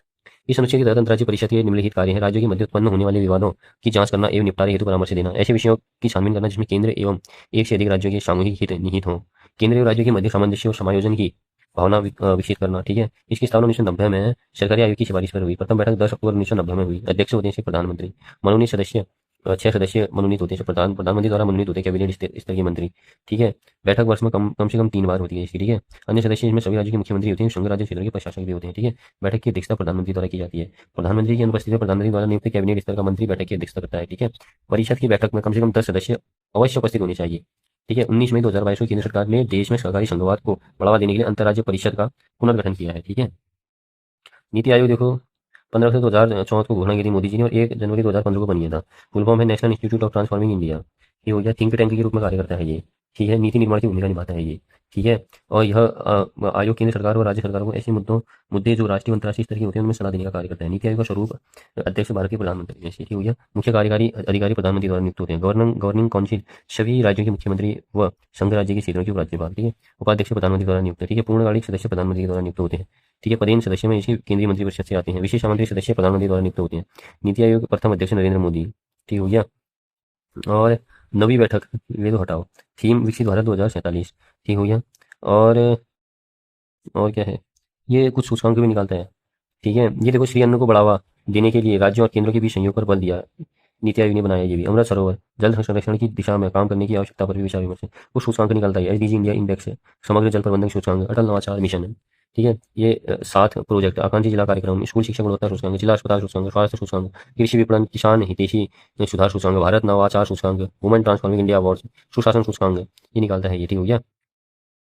ठीक है, अभी वर्तमान अध्यक्ष नरेंद्र मोदी और सुमन के बेरी के स्थान पे अब कौन आ गए हैं हमारे, इनके स्थान पर भी अब कौन आ गए हैं, अशोक अशोक लाहिड़ी। मुख्य कार्यकारी जो अधिकारी थे इनके जगह पे आ गए हैं अनुराग जैन, ठीक है। अनुराग जैन कार्यकारी सीईओ अनुराग जैन, और अशोक लाहिड़ी हमारे कौन हो गए, उपाध्यक्ष हो गए, ठीक है। अच्छा, वित्त आयोग हमारा बताया अनुच्छेद 280 में है, 5 वर्ष में एक वित्त आयोग का गठन करता है, ठीक है। 280 के तहत राष्ट्रपति प्रत्येक 5 वर्ष में वित्त आयोग का गठन करते हैं। प्रथम वित्त आयोग 1951, 243 आई के तहत राज्य वित्त आयोग का गठन का प्रावधान है। केसी न्यू के प्रथम अध्यक्ष थे। एक अध्यक्ष 4 सदस्य राष्ट्रपति द्वारा नियुक्त किए जाते हैं, ठीक है। और क्या कहते हैं, 16 वित्त आयोग के अध्यक्ष अरविंद पनगड़िया। अनुसूचित आयोग 338 में, इस अनुच्छेद में जब लिखित अनुसूचित जाति व अनुसूचित जनजाति की स्थिति का अध्ययन करने के लिए आयुक्त होगा, ठीक हो गया। और और 89वां संविधान संशोधन द्वारा वर्ष 2003 में अनुसूचित जाति व अनुसूचित जनजाति के लिए अलग अलग आयोगों का गठन किया जाएगा, जो वर्ष 2004 में लागू हुआ। ठीक हो गया। अब 89वें संविधान संशोधन द्वारा 2003 में अनुसूचित जाति का अलग होगा बोला इन्होंने, अनुसूचित जनजाति का अलग होगा बोला आयोग। ठीक हो गया। 2004 में ये लागू हुआ। ठीक है। ठीक है। ये 2004 में 89वें संविधान संशोधन के द्वारा भारतीय संविधान में अनुच्छेद 338 ए नामक नया अनुच्छेद जोड़ा गया। 338 ए इस अनुच्छेद के तहत अनुसूचित जनजाति आयोग का गठन किया गया। ठीक हो गया। और ठीक है, अनुच्छेद 338 बी के तहत राष्ट्रीय पिछड़ा आयोग का गठन कर इसे संवैधानिक दर्जा दिया गया। कि संविधान संशोधन के तहत 102 संविधान संशोधन के तहत 2018 में भारतीय संविधान में एक नया अनुच्छेद 338 बी जोड़ा। ठीक है। बाकी मैंने बताया 2004 89वें संविधान संशोधन के तहत 338 ए जोड़ा अनुसूचित जनजाति एसटी के लिए, और 102 संविधान संशोधन 2018 के तहत भारतीय संविधान में 338 बी जोड़ा किसके लिए, ओबीसीओ के लिए। ठीक है। राष्ट्रीय महिला आयोग संवैधानिक निकाय है। राष्ट्रीय महिला आयोग अधिनियम 1990 के तहत इस आयोग का गठन 1992 में किया गया। ठीक हो गया।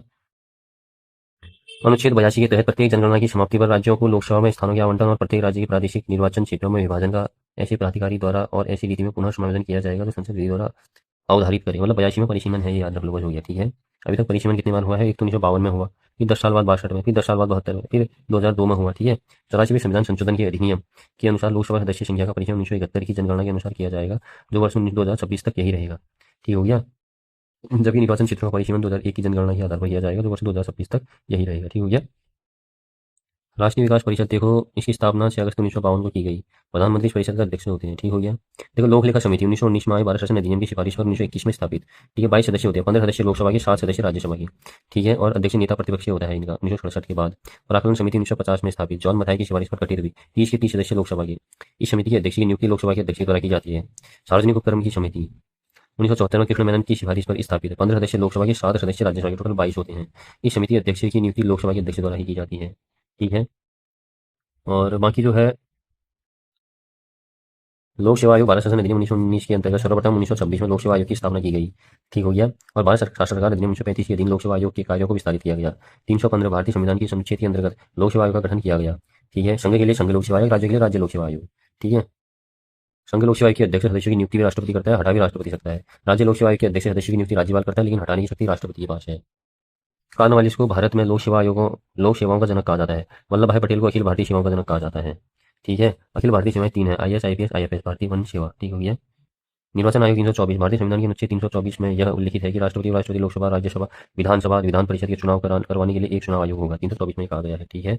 25 जनवरी 1950 को स्थिति को वर्तमान चुनाव आयोग अस्तित्व में आया था। ठीक हो गया। 2011 से 25 जनवरी को मतदाता दिवस बना रही है। ठीक है। एक मुख्य निर्वाचन आयुक्त और 2 अन्य आयुक्त इसमें होते हैं। ठीक हो गया। राष्ट्रपति द्वारा इनकी नियुक्ति होती है, 6 से 65 वर्ष से हुई है। ठीक है। अध्यक्ष का कार्यकाल और अन्य का 6 से 62 तक हो गया। ठीक हो गया। और इसके कार्य क्या होते हैं? चुनाव करवाता है ये, निर्वाचन क्षेत्रों का और स्थानों का निर्धारण करता है ये। ठीक हो गया। 61वें संविधान संशोधन 1989 के द्वारा लोकसभा तथा विधानसभा के चुनाव में मतदान करने की आयु 21 वर्ष से घटा करके 18 वर्ष से कर दी गई। ठीक है। और राष्ट्रीय दल के दर्जे का आधार क्या है? लोकसभा तथा विधानसभा के सदस्य चुनावों में कुल वैध मतों का 6% प्राप्त करने तथा लोकसभा की 4 सीटें प्राप्त करने पर राष्ट्रीय दल का दर्जा दिया जा सकता है। राज्य दल का दर्जा विधानसभा चुनाव में कुल वैध मतों का 6% तथा विधानसभा की 2 सीटें प्राप्त करने पर राज्य दल का दर्जा दिया जाता है। ठीक है। समितियां, तारकुंडे समिति 1977 वीएम तारकुंडे अध्यक्ष थे। दिनेश गोस्वामी समिति 1990 दिनेश गोस्वामी इसके अध्यक्ष थे। गुप्ता गुप्त समिति 1998 इंद्रजीत गुप्ता इसके अध्यक्ष थे। संविधान समीक्षा आयोग 2000 में बना था, अध्यक्ष इसके एमएन वेंकट चलैया थे। ठीक है। ईवीएम प्रथम बार प्रयोग 1982 में केरल के विधानसभाओं चुनाव में किया गया था ईवीएम का प्रयोग, और गोवा में 1999 में संपूर्ण चुनाव करवाने वाला प्रथम राज्य था ये। ठीक है। 2009 में आम चुनाव तथा विधानसभाओं का चुनाव ईवीएम से करवाया गया। ठीक है। स्थानीय प्रशासन राज्य सूची का विषय है। ठीक है। पंडित जवाहरलाल नेहरू ने कहा था, गांव वालों को अधिकार दीजिए, ये 1000 गलतियां करेंगे लेकिन इनको काम दीजिए। लॉर्ड रिपन ने कहा था, स्थानीय प्रशासन का जनक लॉर्ड रिपन को कहा जाता है। पंचायती राज 40 में कहा है गठन का प्रावधान है। ठीक है। पंचायत का बलवंत मेहता समिति 1957 ने त्रिस्तरीय पंचायती व्यवस्था लागू करने की सिफारिश। बलवंत मेहता इन्हें लोकतांत्रिक विकेंद्रीकरण का जनक कहा जाता है। 2 अक्टूबर 1959 नेहरू ने राजस्थान के नागौर जिले के बगदरी बगशार में पहली बार पंचायती राज संस्था का उद्घाटन किया। आंध्र प्रदेश प्रथम राज्य जहां 11 अक्टूबर 1959 को पंचायती राज संस्थाओं के चुनाव करवाए गए। ठीक हो गया। और ग्राम पंचायत का जो प्रशासक होता है ना, वो ग्राम विकास अधिकारी होता है। खंड का होता है खंड विकास अधिकारी बीडीओ। जिला का होता है मुख्य कार्यकारी अधिकारी सीईओ। ठीक है। भारतीय संविधान के भाग 9 में अनुच्छेद 243 से 243 ओ तक तथा 11वीं अनुसूची में पंचायती राज का उल्लेख है। 73वें संविधान संशोधन अधिनियम 1995 पंचायती राज संस्था से संबंधित है। ठीक है। शहरी प्रशासन भाग 9 ए में अनुच्छेद 243 पी से अनुच्छेद 243 जेड जी तक तथा 12वीं अनुसूची में नगर पालिकाओं का उल्लेख है। 74वां संविधान संशोधन अधिनियम 1992 नगर पालिकाओं से संबंधित है। सर्वप्रथम नगर निगम की स्थापना मद्रास में 1687 में हुई। ठीक हो गया। और पंचायती राज नगर पालिका सदस्य कार्यकाल 5 वर्ष, शपथ पीठासीन अधिकारी द्वारा होती है। 11वीं अनुसूची में पंचायती संस्थाओं की 29 कार्य हैं। 12वीं अनुसूची में नगर पालिकाओं की 18 कार्य हैं। ठीक हो गया। और हमें पता है, देखो, नगर पालिका की बैठक 2 माह में एक बार होती है। नगर परिषद की भी 2 माह में एक बार, नगर निगम की भी 2 माह में एक बार। प्रशासनिक अधिकारी नगर पालिका का होता है ईयू अधिशासी अधिकारी, नगर परिषद का होता है आरएएस। ठीक है। नगर निगम का होता है आईएएस। ठीक है। प्रशासनिक अधिकारी। ठीक है। और शपथ कलेक्टर दिलाता है तीनों को, नगर पालिका, नगर परिषद, नगर निगम, तीनों के जो भी होते हैं ना उनको शपथ कलेक्टर ही दिलाता है, डीएम। ठीक है। सदस्य कौन होते हैं नगर पालिका में? पार्षद होते हैं और चुनाव प्रत्यक्ष होता है इनका। परिषद बोर्ड क्या कहते हैं, इनका परिषद होता है, अध्यक्ष उपाध्यक्ष होते हैं इनमें, ठीक हो गया। और पार्षद यहाँ भी होते हैं प्रत्यक्ष परिषद, लेकिन यहाँ सभापति उपसभापति बोलते हैं नगर परिषद में, ठीक है। सभापति उपसभापति बोलते हैं, यहाँ अध्यक्ष उपाध्यक्ष, यहाँ सभापति उपसभापति, ठीक है। और नगर निगम यहाँ भी पार्षद प्रत्यक्ष परिषद, ये महापौर उप महापौर बोलते हैं यहाँ पे, ठीक है। नगर पालिका का गठन 1 लाख से कम वाले शहरों में नगर पालिका, 1 लाख से 5 लाख से कम वाले शहरों में नगर परिषद, नगर निगम 5 लाख से अधिक, ठीक है। तो नगर पालिका 1 लाख से कम जनसंख्या वाले शहरों में, और नगर परिषद 1 लाख से अधिक 5 लाख से कम जनसंख्या वाले शहरों में, नगर निगम 5 लाख से अधिक जनसंख्या वाले शहरों में। कुछ प्रमुख संवैधानिक संशोधन है जैसे, ठीक है, 3 भागों में बांटा जाता है, साधारण बहुमत, विशेष बहुमत तथा आदि राज्यों की बहुमत द्वारा। 368 में संविधान में संशोधन की प्रक्रिया का उल्लेख है। भाग 2(3) में दिया गया है कि संशोधन अनुच्छेद 368 के तहत है। पहले संविधान संशोधन 1951 में हुआ, नवी अनुसूची जोड़ी गई इसमें, ठीक हो गया। 7वां हमारा 1956 में हुआ, भाषा के आधार पर राज्य का पुनर्गठन किया गया। 10वां हमारा 1961 में हुआ, दादर नगर हवेली को भारत में शामिल कर केंद्र शासित प्रदेश का दर्जा दिया गया। जो 7वां संविधान संशोधन है 1956 में भाषा के आधार पर राज्य का पुनर्गठन किया गया और 2 या 2 से अधिक राज्यों के बीच सामूहिक न्यायालय की भी स्थापना की गई। 12वां संविधान संशोधन 1962 में गोवा, दमन, दीव को भारत में संघ शासित प्रदेश के रूप में शामिल किया गया। 13वां 1962 में नागालैंड के संबंध में विशेष प्रावधान हुए हमारे, ठीक है। और 16वां संविधान संशोधन 1963 में हुआ, ठीक हो गया। और 18वां हमारा 1966 में हुआ, ठीक हो गया। इसके दौरान 1903 में राज्य शब्द के अंतर्गत संघ राज्य क्षेत्र भी आते हैं, ऐसा तोड़ा गया, ठीक है। 21वां संविधान 1967 में इसके तहत हिंदी भाषा 15वीं को संविधान की 8वीं अनुसूची में जोड़ा गया। 24वां 1971 में इसके तहत अनुच्छेद 13 अनुच्छेद 368 में संशोधन किया गया। अनुच्छेद 368 द्वारा इसमें स्पष्ट कर दिया गया कि इसमें संविधान संशोधन करने की प्रक्रिया एवं शक्ति दोनों शामिल है तथा अनुच्छेद 13 की कोई बात संविधान संशोधन विधि पर लागू नहीं होगी। 25वां संविधान संशोधन 1971 में इसे बैंकों के राष्ट्रीयकरण के मामले में उच्चतम न्यायालय द्वारा दिए गए निर्णय से उत्पन्न कठिनाइयों को दूर करने के लिए पारित किया गया, ठीक हो गया। और 26वां संविधान संशोधन 1971 के तहत प्री समाप्त किया गया, ठीक है।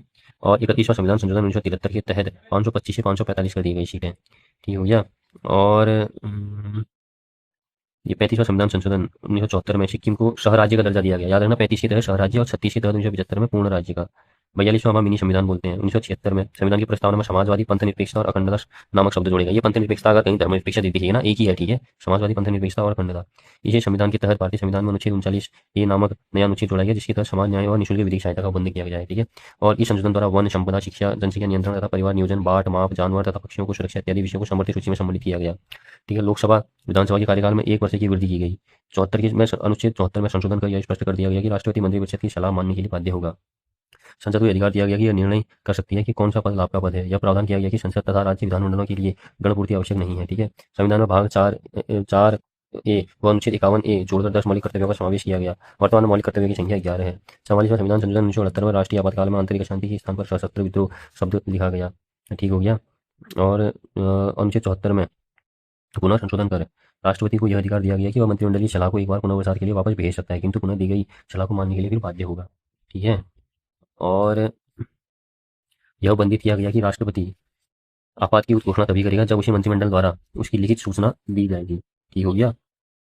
देखो ये बहुत इंपॉर्टेंट पॉइंट है। 42वें संविधान संशोधन के तहत तो अनुच्छेद 74 में क्या कहा गया था, संशोधन कर यह स्पष्ट कर दिया गया कि राष्ट्रपति मंत्रिपरिषद की सलाह मानने के लिए बाध्य होगा। फिर 44वां संविधान संशोधन हुआ, इसमें यह कहा गया कि राष्ट्रपति को यह अधिकार है कि मंत्रिपरिषद की सलाह को एक बार पुनर्विचार के लिए भेज सके, लेकिन दोबारा आ गया तो फिर मानने के लिए बाध्य होगा, ठीक है। और बाकी क्या कहा थे हम 44वें संविधान संशोधन के तहत, तो संपत्ति के मूल अधिकार को समाप्त करके अनुच्छेद 300A के तहत विधिक अधिकार का दर्जा प्रदान किया गया। इसके लिए अनुच्छेद 31 तथा अनुच्छेद 19(1)(100) को निरस्त किया गया। अब है ये, ठीक है। 46वां संविधान संशोधन 1982 इसके द्वारा कर चोरी रोकने के लिए बंद किए गए, ठीक हो गया। 52वां संविधान संशोधन 1985 के द्वारा संविधान में 10वीं अनुसूची को जोड़कर दल बदल रोकने के लिए प्रावधान किए गए। 53वां संविधान संशोधन 1986 संशोधन द्वारा संघ क्षेत्र मिजोरम को राज्य के 83वें राज्य का दर्जा प्रदान किया गया तथा उसे विशेष राज्य का दर्जा देने के लिए 371(6) जोड़ा गया।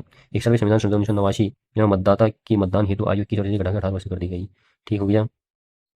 और 65वें संविधान संशोधन 1990 में इसके द्वारा अनुच्छेद 338 में अनुसूचित जाति, अनुसूचित जनजाति राष्ट्रीय आयोग के गठन का प्रावधान किया गया। 69वां संविधान संशोधन 1991 इस संविधान संशोधन द्वारा 2 नए अनुच्छेद 339 AA तथा 339AB जोड़े गए, जिनके द्वारा संघ राज्य क्षेत्र दिल्ली को विशेष दर्जा प्रदान किया गया। उसका नाम राष्ट्रीय राजधानी क्षेत्र दिल्ली रखा गया और उसके लिए 70 सदस्य विधानसभा तथा 7 सदस्य मंत्रिपरिषद का बंद किया गया, ठीक है। 70वीं संविधान संशोधन 1992 के तहत इसके द्वारा दिल्ली तथा पांडुचेरी संघ राज्य क्षेत्रों के विधानसभा सदस्यों को राष्ट्रपति के निर्वाचक मंडल में शामिल करने का प्रावधान किया गया, दिल्ली और पांडुचेरी, ठीक है। 71वां संविधान संशोधन 1992 में इसके द्वारा 8वीं अनुसूची में 3 भाषाओं कोंकणी, मणिपुरी, नेपाली को शामिल किया गया। 73वां संविधान संशोधन 1992 इसके द्वारा पंचायती राज की व्यवस्था को बंद किया गया। 74वां संविधान संशोधन 1992 इसके तहत द्वारा नगर पालिका की व्यवस्था को बंद किया गया। 86वां संविधान संशोधन 2002 इसके द्वारा 6 से 14 वर्ष तक के बच्चों के लिए अनिवार्य निःशुल्क शिक्षा हेतु अनुच्छेद 21 ए जोड़ा गया। 89वां संविधान संशोधन 2003 में इसके द्वारा अनुच्छेद 338 ए को जोड़कर अनुसूचित जनजाति के लिए पृथक राष्ट्रीय आयोग की स्थापना का प्रावधान किया गया। 91वां संविधान संशोधन 2003 में इसके द्वारा 10वीं अनुसूची में संशोधन कर दल बदल व्यवस्था को और अधिक कठोर बनाया गया। 92वें संविधान संशोधन 2003 के द्वारा संविधान की 8वीं अनुसूची में 4 नई भाषाएं बोडो, डोगरी, मैथिली और संथाली शामिल की गई। 57वां संविधान संशोधन 2011 में संशोधन द्वारा अनुच्छेद 19(1) सी में सहकारी समितियां नामक शब्द जोड़ा गया। 99वां संविधान संशोधन 2014 में राष्ट्रीय न्यायिक नियुक्ति आयोग से संबंधित था, जिसे सर्वोच्च न्यायालय ने रद्द कर दिया। 100वां संविधान संशोधन 2015 में भारत बांग्लादेश के बीच जमीन का हस्तांतरण हुआ। 101वां संविधान संशोधन 2016 में वस्तु एवं सेवा कर जीएसटी लागू किया गया। 102वां संविधान संशोधन 2018 में राष्ट्रीय पिछड़ा वर्ग आयोग के गठन का प्रावधान। 103 संविधान संशोधन वर्ष 2019 में आर्थिक वंचना को पिछड़ेपन का आधार मानते हुए 10% आरक्षण की व्यवस्था की गई। 104वां संविधान संशोधन 2019 में SC/ST के लिए आरक्षण की अवधि को 10 वर्ष के लिए बढ़ाया गया।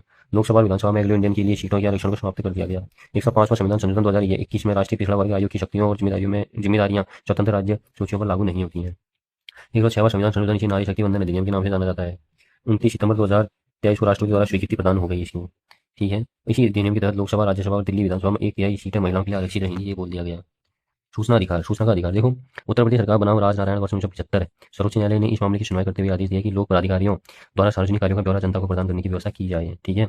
इस प्रकार अभिव्यक्ति की स्वतंत्रता अनुच्छेद 19(1) का दायरा बढ़ाकर सूचना के अधिकार को शामिल किया गया। ठीक है। सूचना के अधिकार की सर्वप्रथम मांग राजस्थान में मजदूर किसान शक्ति संगठन द्वारा अरुणा राय की अगुवाई में प्रारंभ हुई। ठीक है। सूचना के अधिकार की सर्वप्रथम मांग राजस्थान में मजदूर किसान शक्ति संगठन द्वारा अरुणा राय की अगुवाई में प्रारंभ हुई। 15 जून 2005 को इस अधिनियम को राष्ट्रपति की स्वीकृति मिली। 12 अक्टूबर 2005 से सूचना का अधिकार संपूर्ण भारत में लागू हो गया। मुख्य सूचना आयुक्त तथा अन्य सूचना आयुक्त की नियुक्ति राष्ट्रपति द्वारा की जाती है। ठीक है। 5 वर्ष से 65 वर्ष का कार्यकाल रहता है। ठीक है। प्रथम मुख्य सूचना आयुक्त होते वजाहत हबीबुल्लाह। ठीक है। सूचना का अधिकार अधिनियम के प्रावधान 10 रुपये की फीस देनी होगी। ठीक हो गया। क्या कहते हैं, जो भी 10% की फीस देनी होगी। ठीक है। BPL के अतिरिक्त जन और सूचना मांगने हेतु विभाग का नाम से संबंधित मांगी गई सूचना और मांगने का पूर्ण पता लिखकर देना होता है। जन सूचना अधिकारी मांगी गई सूचना 30 दिन के भीतर उपलब्ध करवाता है। यदि जन सूचना अधिकारी आवेदन लेने से मना करता है, तय समय में सूचना उपलब्ध नहीं करवाता। ठीक हो गया। 250 रुपये प्रतिदिन के हिसाब से 25,000 रुपये तक जुर्माना उसके वेतन से काटा जा सकता है। यदि लोक सूचना अधिकारी द्वारा दी गई सूचना से संतुष्ट नहीं है, तो प्रथम अपील अधिकारी की समक्ष 30 दिन के भीतर अपील की जा सकती है। यदि प्रथम अपील अधिकारी से भी संतुष्ट नहीं है, तो 90 दिनों के भीतर राज्य या केंद्रीय सूचना आयोग के पास करनी होती है। यदि केंद्रीय राज्य सूचना आयोग से भी संतुष्ट नहीं है, तो उच्चतम न्यायालय जा सकते हैं। सूचना का अधिकार संशोधन अधिनियम 2019 लोकसभा में 23 जुलाई 2019 को पारित, 25 जुलाई 2019 को राज्यसभा में पारित, 23 को लोकसभा में पारित, 25 को राज्यसभा में पारित और 1 अगस्त 2019 को लागू। इसके तहत मुख्य सूचना आयुक्त व अन्य सूचना आयुक्त का कार्यकाल केंद्र सरकार निर्धारित करेगी। ठीक है। मुख्य सूचना आयुक्त और अन्य सूचना आयुक्त का कार्यकाल केंद्र सरकार निर्धारित करेगी। लोकपाल या लोकायुक्त, स्वीडन में सर्वप्रथम 1809 में संविधान के अंतर्गत ओम्बड्समैन की स्थापना की गई। भारत में ओम्बड्समैन का लोकपाल के नाम से जाना जाता है, जिनका मुख्य कार्य भ्रष्टाचार को खत्म करना है। ठीक हो गया। अन्ना हजारे के नेतृत्व में भ्रष्टाचार के विरुद्ध भारत आंदोलन ने केंद्र में तत्कालीन सरकार पर दबाव बनाया। इसी परिणाम स्वरूप संसद के दोनों सदनों में लोकपाल और लोकायुक्त विधेयक 2013 पारित हुआ। 1 जनवरी 2014 को राष्ट्रपति द्वारा सहमति दी गई। 16 जनवरी 2014 को भारत में लागू हो गया। लोकपाल का गठन, इसमें एक अध्यक्ष अधिकतम 8 सदस्य होते हैं। ठीक है। अध्यक्ष सदस्यों का कार्यकाल 5 वर्ष या 70 वर्ष की आयु जो भी पहले हो। ठीक है। लोकपाल या का प्रधानमंत्री प्रथम क्षेत्राधिकार केवल भ्रष्टाचार के आरोपों तक ही सीमित रहेगा। लोकायुक्त अधिनियम 2013 में यह प्रावधान है कि 365 दिन के भीतर राज्यों में लोकायुक्त का गठन करना होगा। ठीक हो गया। लोकायुक्त का मुख्यमंत्री पर क्षेत्राधिकार केवल भ्रष्टाचार के आरोप तक ही सीमित रहेगा। इसका मुख्य कार्य भ्रष्टाचार की जांच करना है। पिनाकी चंद्र घोष भारत के प्रथम लोकपाल अध्यक्ष, अजय माणिकराव खानविलकर भारत के वर्तमान लोकपाल है। ठीक हो गया। अच्छा, भारत मानव अधिकार संरक्षण अधिनियम, ये बहुत इंपॉर्टेंट है। ठीक है। देखो, मानव के विकास के लिए कुछ अधिकार सभी को समान रूप से उपलब्ध होनी चाहिए। ठीक बात है। इसी उद्देश्य को पूरा करने के लिए 10 दिसंबर 1948 को संयुक्त राष्ट्र संघ ने मानव अधिकारों पर सार्वभौमिक घोषणा पत्र जारी किया। मानव अधिकार संरक्षण अधिनियम 1993। इस अधिनियम की प्रावधानों के तहत 12 अक्टूबर 1993 को राष्ट्रीय मानव अधिकार आयोग की स्थापना की गई। राष्ट्रीय मानव अधिकार आयोग की संरचना, यह एक बहुसदस्यीय संस्था है। इसके अध्यक्ष और सदस्यों की नियुक्ति राष्ट्रपति द्वारा प्रधानमंत्री की अध्यक्षता वाली उच्च स्तरीय समिति की सिफारिश पर की जाती है। अध्यक्ष सदस्यों का कार्यकाल 3 वर्ष व 70 वर्ष है। ठीक हो गया। और अध्यक्ष पद के लिए ऐसे व्यक्ति को नियुक्त किया जाता है जो उच्चतम न्यायालय के मुख्य न्यायाधीश रह चुके हों। न्यायमूर्ति रंगनाथ मिश्रा राष्ट्रीय मानव अधिकार आयोग के प्रथम अध्यक्ष थे। मानव अधिकार आयोग के वर्तमान अध्यक्ष न्यायमूर्ति वी राम सुब्रमण्यम। ठीक है। 10 दिसंबर को अंतर्राष्ट्रीय मानव अधिकार दिवस मनाया जाता है। आपातकाल भाग 18 352 से 360 तक है। ठीक हो गया। राष्ट्रीय आपातकाल अनुच्छेद 352 युद्ध में बाह्य आक्रमण सशस्त्र विद्रोह में, ये सशस्त्र विद्रोह कब जोड़ा? 44वें संविधान संशोधन 1978 द्वारा आंतरिक शांति के स्थान पर इसे जोड़ा। केंद्रीय मंत्रिमंडल की सलाह पर राष्ट्रपति घोषणा करता है। संसद द्वारा एक बार अनुमोदन करने पर 6 माह तक लागू रहता है। ठीक है। और राष्ट्रीय आपात के समय 20 और अनुच्छेद 21 को छोड़कर किसी भी मौलिक अधिकार को निलंबित किया जा सकता है। तीसरा राष्ट्रीय आपातकाल 25 जून 1975 को लागू किया गया। ठीक है। 25 जून को ही हत्या दिवस के रूप में मनाया गया। लोकसभा का कार्यकाल एक बार में 1 वर्ष तक बढ़ाया जा सकता है। ठीक है। 1962 में लगा था आपातकाल। बाह्य आक्रमण के आधार पर राष्ट्रपति थे राधाकृष्णन, प्रधानमंत्री थे पंडित नेहरू। 1971 में भी बाह्य आक्रमण बीबी गिरी राष्ट्रपति, प्रधानमंत्री इंदिरा गांधी। और आंतरिक शांति के आधार 1975 फखरुद्दीन अली भुट्टो थे राष्ट्रपति, प्रधानमंत्री इंदिरा गांधी। राष्ट्रपति शासन 356। राज्यपाल की लिखित सलाह पर राष्ट्रपति द्वारा घोषणा होती है। राज्य में संवैधानिक तंत्र विफल होने पर लगाया जाता है, ठीक है। संसद द्वारा एक बार अनुमोदन करने पर 6 माह तक लागू, अधिकतम 3 वर्ष तक लागू रहता है, ठीक हो गया। और सर्वाधिक 10 बार राष्ट्रपति शासन उत्तर प्रदेश में लगा है और मणिपुर राज्य में लग चुका है अब, ठीक है। सर्वप्रथम 1951 में पंजाब में लगा था ये, ठीक है। 360 वाला जो आपातकाल है अभी तक नहीं लगा एक बार भी, वित्तीय आपातकाल। देखो वरीयता क्रम की बात करें, सबसे बड़ा राष्ट्रपति, फिर उपराष्ट्रपति होते हैं, ठीक है। और फिर होते हैं प्रधानमंत्री। अच्छा, एक एक पॉइंट याद रखो, जो मतलब आपातकाल 360 है ना, जो वित्तीय आपातकाल है, केंद्रीय मंत्रिमंडल की लिखित सलाह पर राष्ट्रपति द्वारा घोषणा होती है, लिखित सलाह पर। संसद द्वारा एक बार अनुमोदन करने पर अनिश्चितकालीन तक लागू हो सकता है ये। अब तक एक बार भी वित्तीय आपातकाल नहीं लगा है। अब देखो वरीयता क्रम, सबसे बड़ा राष्ट्रपति, फिर उपराष्ट्रपति, फिर प्रधानमंत्री, फिर अपने अपने राज्यों के राज्यपाल, फिर पूर्व राष्ट्रपति, ठीक है, फिर उसके बाद उप प्रधानमंत्री, ठीक है। उसके बाद भारत के मुख्य न्यायाधीश, लोकसभा के अध्यक्ष, ठीक हो गया। मुख्य न्यायाधीश और लोकसभा के अध्यक्ष दोनों सेम में यहाँ छठे छठे में। और सातवें में है संघ के कैबिनेट मंत्री और अपने अपने राज्यों के मुख्यमंत्री।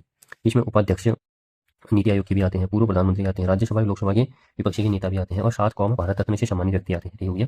उच्चतम न्यायालय के न्यायाधीश 9 आते हैं, याद रखना, ठीक है। न्यायाधीश 9 आते हैं, ठीक हो गया। और महान्यायवादी हमारा 11 आते हैं, ठीक है। बाकी है देखो, लोकसभा क्षेत्रों का परिसीमन अनुच्छेद 82 के तहत होता है। चौथे परिसीमन आयोग का गठन जस्टिस कुलदीप सिंह की अध्यक्षता में हुआ, ठीक है। कितनी बार हुआ है परिसीमन? 4 बार, 52, 62, 72, 2002, ठीक है। और सरकारी विधेयक मंत्री द्वारा पेश किया जाता है। लोकपाल स्वीडन के ओम्बुड्समैन से प्रेरित है। उड़ीसा राज्य ने सर्वप्रथम 1970 में लोकायुक्त अधिनियम पारित किया, लागू 1983 में। महाराष्ट्र ने सर्वप्रथम वर्ष 1971 में लोकायुक्त संस्था की स्थापना की। लोकपाल का कार्यकाल 5 वर्ष या 70 वर्ष आयु जो भी पहले होता होता है। लोकपाल और लोकायुक्त विधेयक 2013 16 जनवरी 2014 को लागू हुआ। लोकपाल में अध्यक्ष अधिकतम 8 सदस्य होते हैं। प्रशासनिक सुधार आयोग 1966 मोरारजी देसाई, द्वितीय 2005 वीरप्पा मोइली, ठीक है। और पंचायती राज अनुसूचित क्षेत्र में विस्तार पीछा अधिनियम 1996 दिलीप सिंह भूरिया समिति की सिफारिश पर लाया गया, ठीक हुई है। लोकसभा अध्यक्ष के लिए 4 बार चुनाव हुए हैं, 62, 52 में, 67 में, 76 में, 24 में, ठीक है। 52 में, 67 में, 76 में और 24 में, ठीक है। प्रथम संयुक्त बैठक का आयोजन 1961 में हुआ, दहेज मामले में हुआ था, ठीक हो गया। दूसरा हुआ था 1978 में बैंकिंग मामले में। तीसरा हुआ था आतंकवाद के समय पे 2002 में, ठीक है। वर्तमान में 6 राष्ट्रीय दल हैं हमारे, ठीक है। कौन कौन से हैं? भारतीय जनता पार्टी हो गई, और भारतीय राष्ट्रीय कांग्रेस, और भारतीय कम्युनिस्ट पार्टी जिसे मार्क्सवादी बोलते हैं, और बहुजन समाज पार्टी, और नेशनल पीपुल्स पार्टी, और आम आदमी पार्टी नवीनतम हो गई जो भी बनी है, ठीक है। तो आज हमारा जो पॉलिटी वाली यूनिट है ये भी हो गई है हमारी कंप्लीट, ठीक है। तो मैंने आपको बता दिया है, हमने पॉलिटी वाली यूनिट भी ये कर लिया, आज हमारी कंप्लीट हो गई है, ठीक है। मैंने विश्व का भूगोल बता दिया आपको, भारत का भूगोल बता दिया आपको, ठीक है। और आज मैंने भारत का संविधान बता दिया है, संविधान बता दिया मैंने आपको, ठीक है। भारत की अर्थव्यवस्था बता दिया मैंने आपको। अब जो हमारी अगली जो यूनिट है वो आएगी हमारी अब भारत का इतिहास। अब भारत का इतिहास बताऊंगा मैं, उसके बाद फिर आएगा हमारा पर्यावरण और पारिस्थितिकी, कंप्यूटर, ये सब एक साथ ही बता दूंगा मैं, ठीक है। और फिर आएगा हमारा जो विविध है, थोड़ा बहुत विविध आएगा, ठीक है। तो ये बता दिया है मैंने, ठीक हो गया। अब जो अगला आएगा हमारा वो क्या आएगा? हमारा इतिहास, भारत का इतिहास। भारत के इतिहास की बात कुछ नहीं है, ये थोड़ा पर्यावरण वाला और कंप्यूटर वाला है, बस हो गया, विविध है।